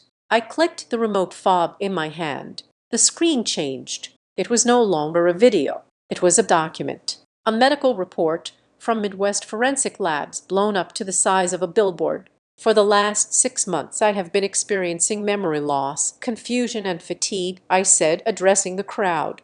I saw the bank president staring at the screen, his mouth agape. "My family told you it was stress. They told you I was burning out. They told you I was unfit to lead." I pointed to the highlighted section of the report. "The truth is simpler. I was being dosed with a synthetic compound containing a derivative of scopolamine.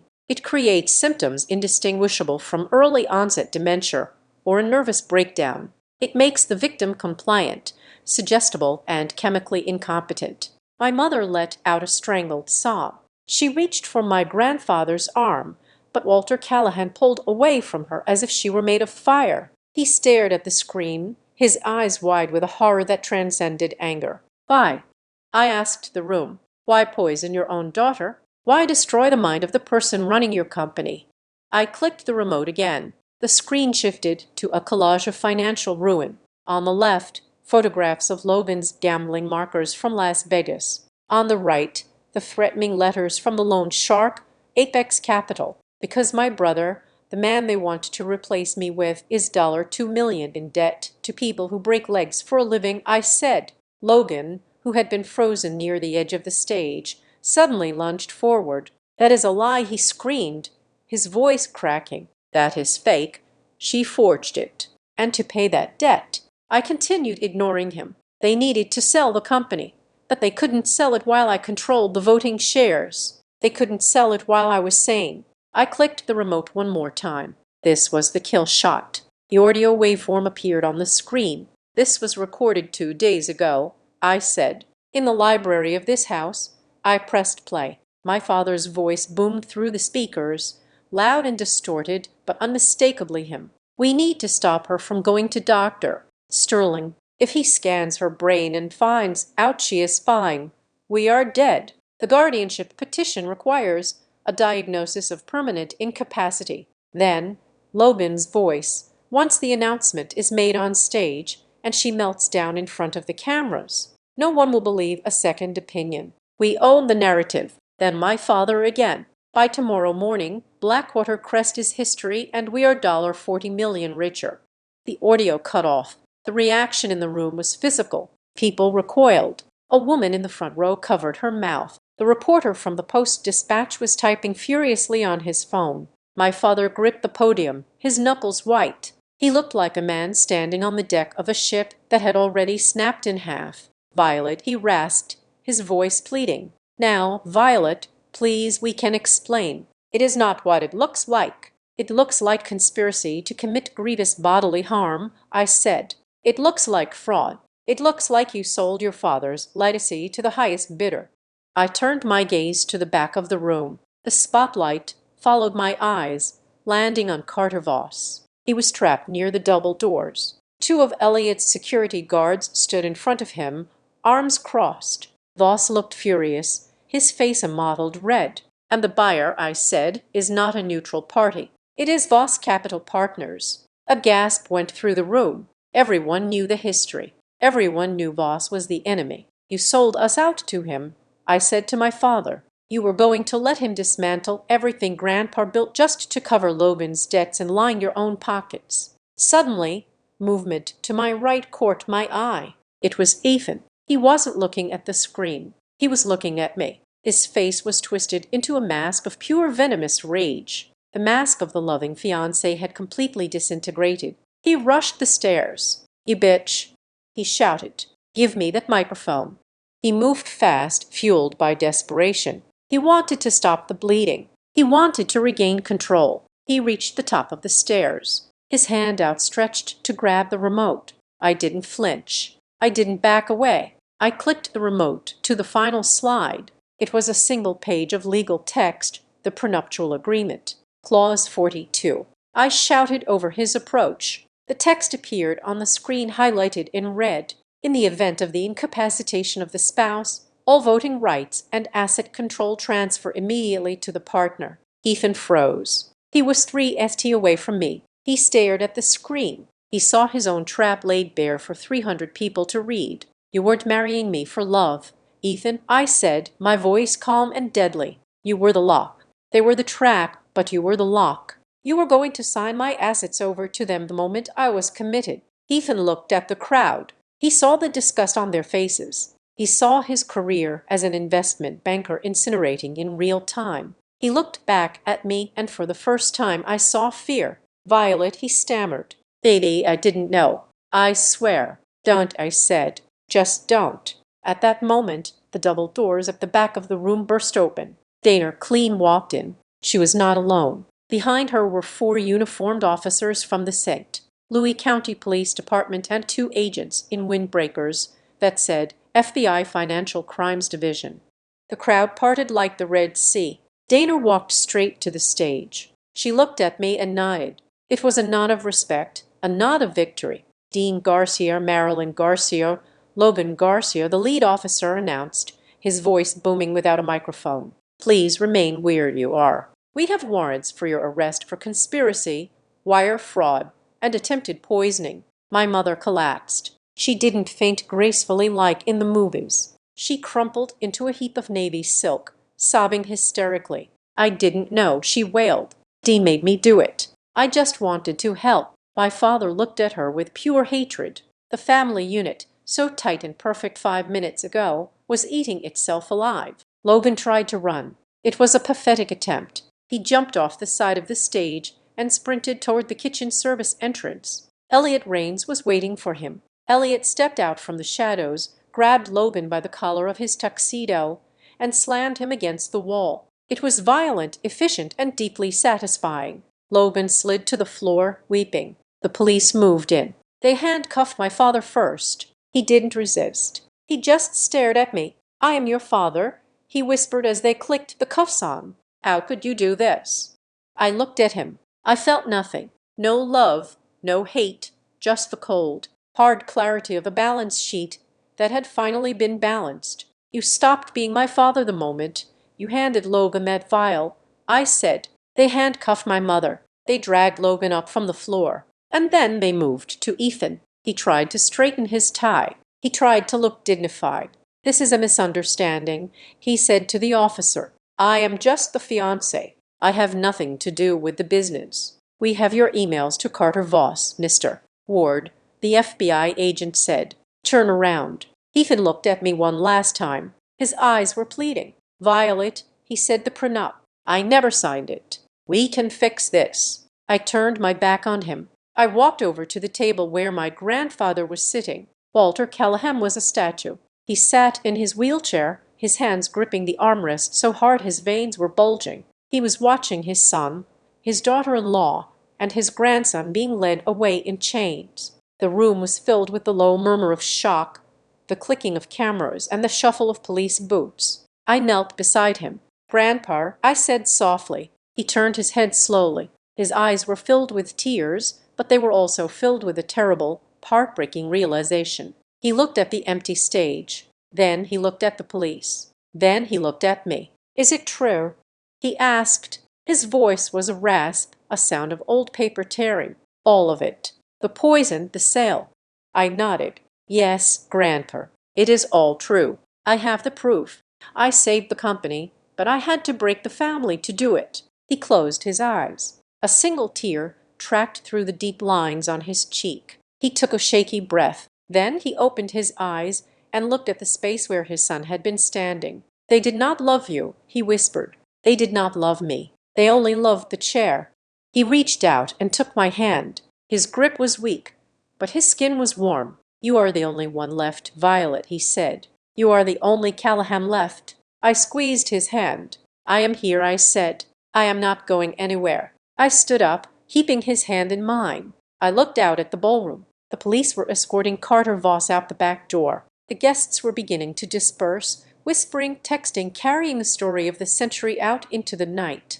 The stage was empty. The podium was dark. My future, the one where I was a wife, a daughter, a sister, was dead. It had died in this room, under the harsh light of the projector screen. But as I stood there, feeling the pulse of my grandfather's hand and mine, I realized something. I wasn't afraid. The fob was gone. The confusion was gone. The weakness was gone.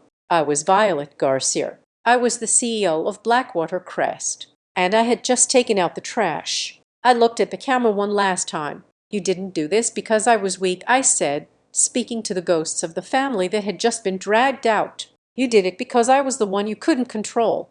The handcuffs clicked in the distance, a final punctuation mark to their sentence. I turned to my grandfather. "Let's go home, Grandpa," I said. He nodded. We walked out of the ballroom together, leaving the ruins of the past behind us, stepping into a future that was cold, quiet, and entirely mine. Thank you so much for listening to this story of betrayal and justice. I would love to know where you are tuning in from today. Please drop a comment below and let me know your city or country. It is always amazing to see how far these stories travel. If you enjoyed seeing Violet take down her toxic family, please make sure to subscribe to the Azad Revenge Stories channel. Hit that like button and smash the hike button to help this story get recommended to more people who need a little victory in their lives. Thanks to all.